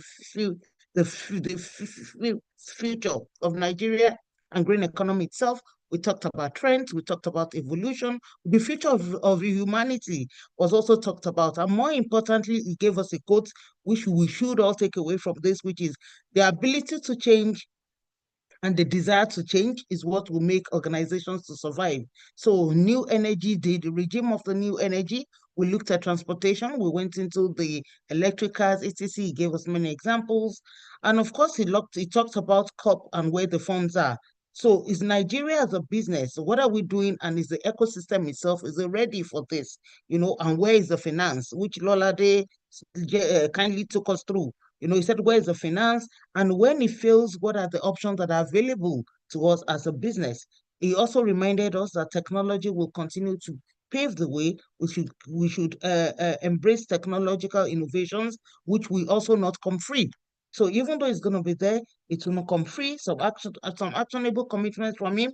He talks about climate commitments. He talked about environmental change. He talked about thinking out of the box, etc. And then, of course, Dr. Itwa on his part talked about embracing sustainability and the urgency for climate change itself. You know, he talked about the regulatory shifts. Yeah, a lot of us, even our panel discussants, talked about the regulatory shifts. And of course, what is required for sustainable business growth and of resilience, overall resilience was one of the things he highlighted. In terms of the key outcomes, we talked about renewable commitment to climate finance itself, recognizing the growing impact of climate change. In all our organizations today, everybody's talking about climate change. And of course, transparency. when we are reporting, what do we say? How do we say it? Because if you're asking for a grant or a loan, where's the transparency in the reporting? And of course, he talked about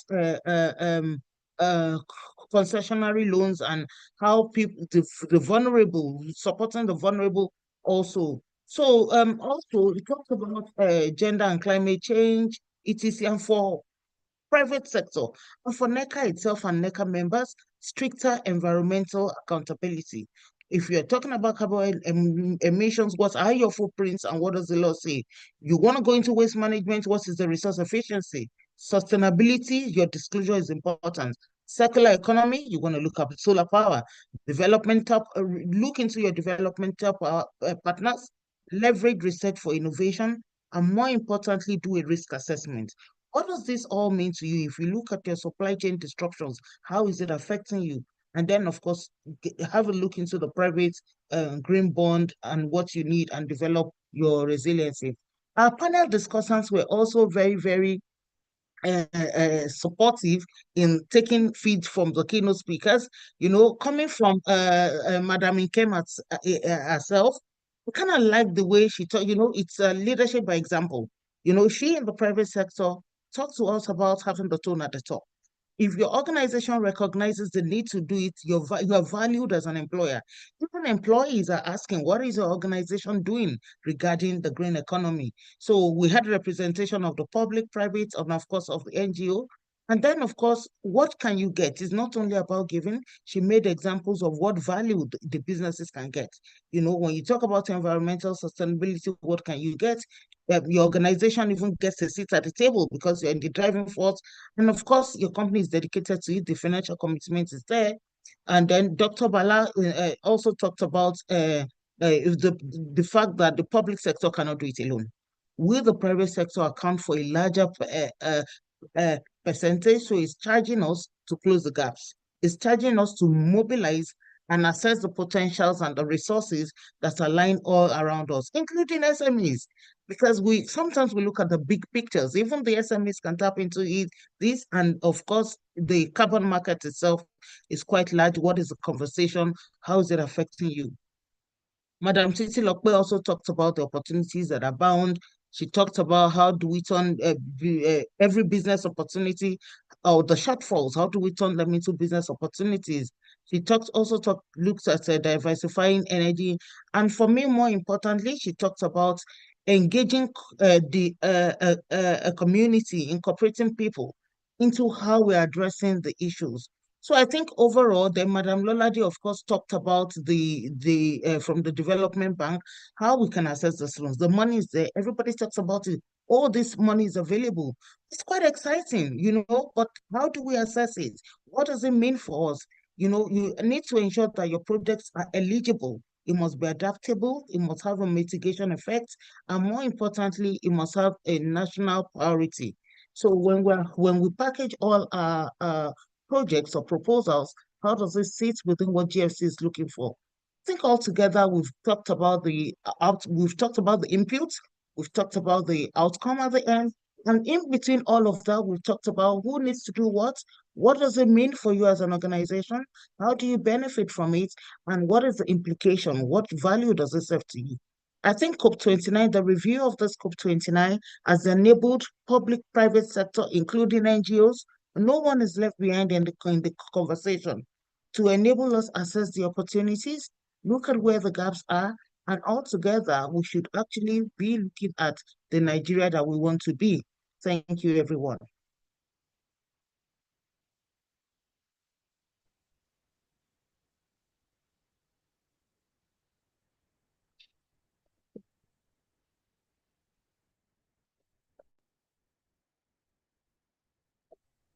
Chidebere, are you there?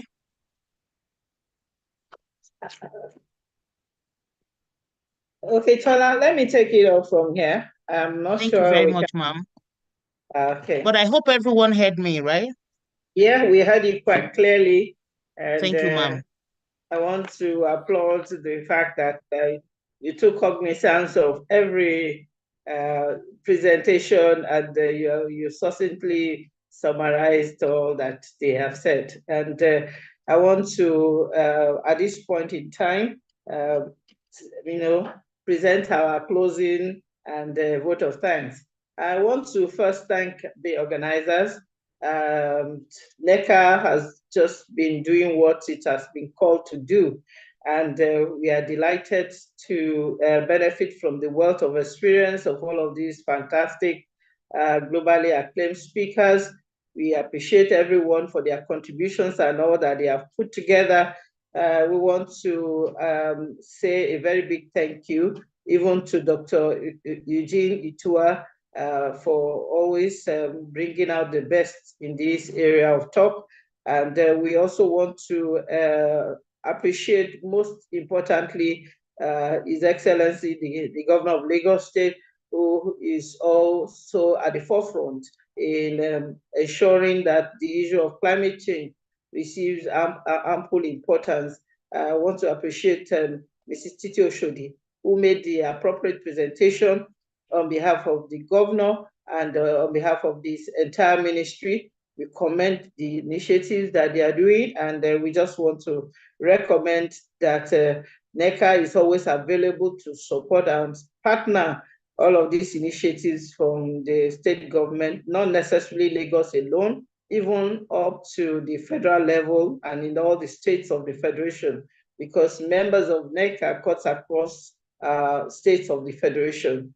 So I want to also express our gratitude to Professor Chinedum Nwajiba for setting the tone in his keynote speech. And I think the presentation is what I would recommend for everyone to go dissect it. And that, I mean, there are so many things in the presentation, and we are really very grateful for tapping into his wealth of experience. I also would like to appreciate the representative of the Development Bank of Nigeria for her presentation. As you could see in her presentation, she said quite clearly that the efforts being made on the part of the bank is very enormous, and they seems to be, up and available to support private sector institutions. And I want to say a big thank you to the Development Bank of Nigeria. I want to say that we are hoping that this will not be the last time we are going to discuss this discussion. And the panelists were just very much on point, right from the special advisor to the the vice president, and Dr. Bala Yusuf. We are very grateful. Mrs. Nke Magboti, we are very grateful for even citing your personal experience. Ms. Titilope Akosa, we thank you, Ogof. We thank you so much for the human rights issues that you said so clearly. I want to say in total that the whole of these issues on the climate change or climate finance or sustainability or environment, it is very important that after this, it will not be a one-off presentation. I would want us to also cascade this discussion to our institutions, to, I'm talking of institutions of learning, to our local government, to so many aspects of our economy. The impact of climate change is visible to all now. Like somebody jokingly said, that we don't even know whether we are in winter or we are in summer anymore. And that is just to say that the issue of climate change is everybody's business, like they say. And like one of our panelists said, we need to ensure that the triple P, the people, the profit, the planet is working in tandem for the sustainability of all of us. So on that note, on behalf of NECA, I want to say very, very, very, very big thank you to everyone. And I want to assure all the participants today, as promised, that we are going to get the presentations by the speakers today. And If they need to ask any more questions, NECA is going to provide all the information that they will need for more clarity, especially in the area of capacity building, as alluded by Dr. Eugene Itua. We are very grateful. Thank you for standing on with us. Thank you for supporting us. And thank you for being a part of this. Have a very wonderful afternoon.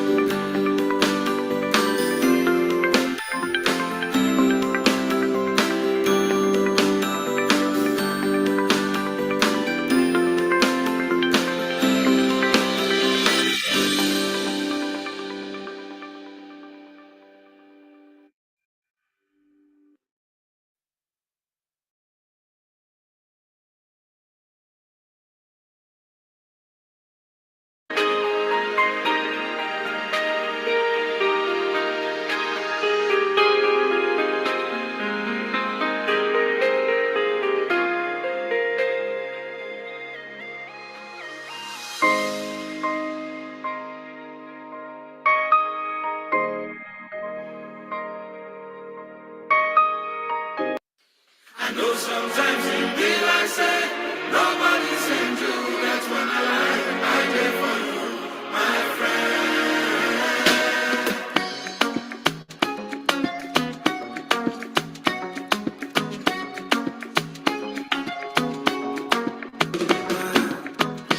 Party no vex for me. Say I never go you since, but I hope that you are well. I hope you're my girl. Every day I pray for you. Make you Baba, God bless you. I never forget you. I gon' forget you. See my shoulder, make you rest up on me. You know I got you. Now me be your friend indeed. The money don't show now. I don't keep some for you. You know go so far. Cause anything I get now for me and you. Yeah. How are you, my friend? How do you do, my friend? I know sometimes it be like say nobody send you. That's when I did for you, my friend. Oh, Remy, you always stay in my mind. Padi me gone. I cherish you with my life. Don't worry yourself, oh. Everything go day alright. And if anybody try you, you know it's gonna be on sight. See my shoulder, make you rest up on me. You know I got you. And me be your friend indeed. Money don't show now. I don't keep some for you. You know go so far. Cause anything I get now for me and you, yeah. How are you, my friend? I see you, my brother. How do you do, my friend? I see you, my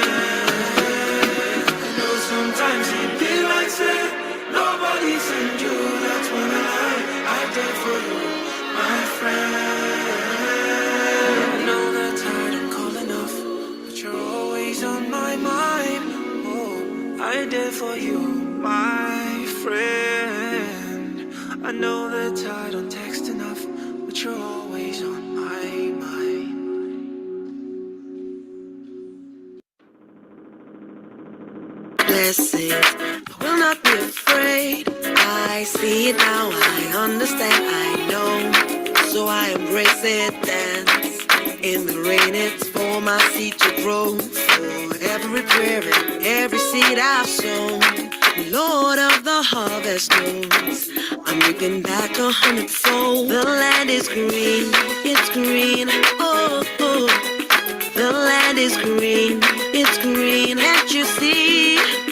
The harvest is ready, 'cause the Lord of the harvest told me so. It's green for me. It's green for me. Standing alone can be a heavy load, but my vows I won't be breaking. Though my heart is aching, I got a word and I won't let go. It's your will I'm seeking, so I keep on believing. I see it now, I understand, I know.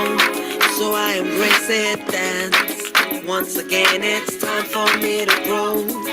For every prayer and every tear I've sown, Lord of the harvest knows I'm reaping joy 100-fold. The land is green, it's green, oh, oh. The land is green, it's green, can't you see? The harvest is ready, 'cause the Lord of the harvest told me so. It's green for me.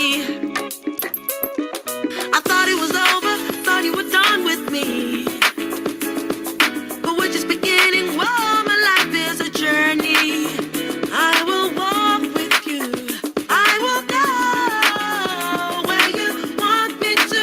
Yes, I will go. Come on.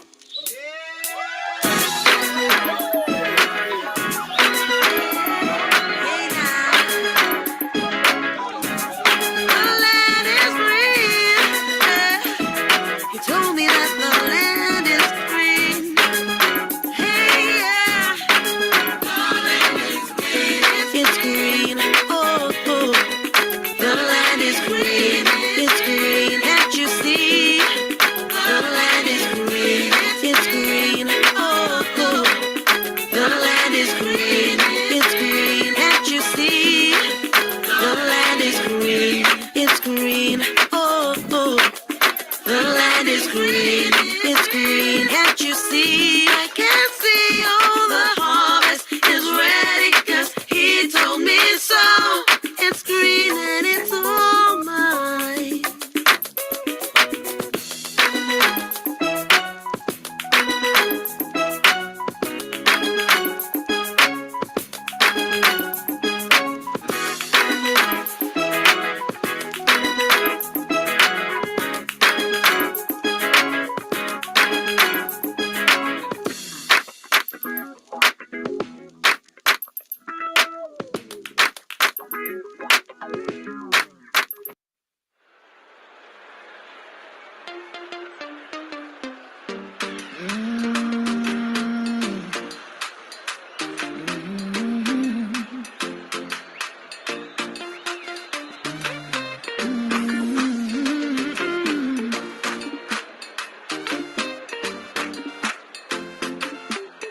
Everything you put your hand go walk.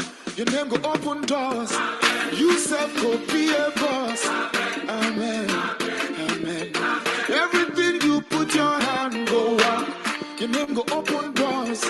You self go be a boss. Amen. Amen. Every hustler getting paid. Where the hustle go come the pay. Your own in no go take. Amen. If you don't find work, do your own. God self go do his own. And flesh go cover bone. Amen. Amen. If you believe it, say amen. If you believe it, say amen.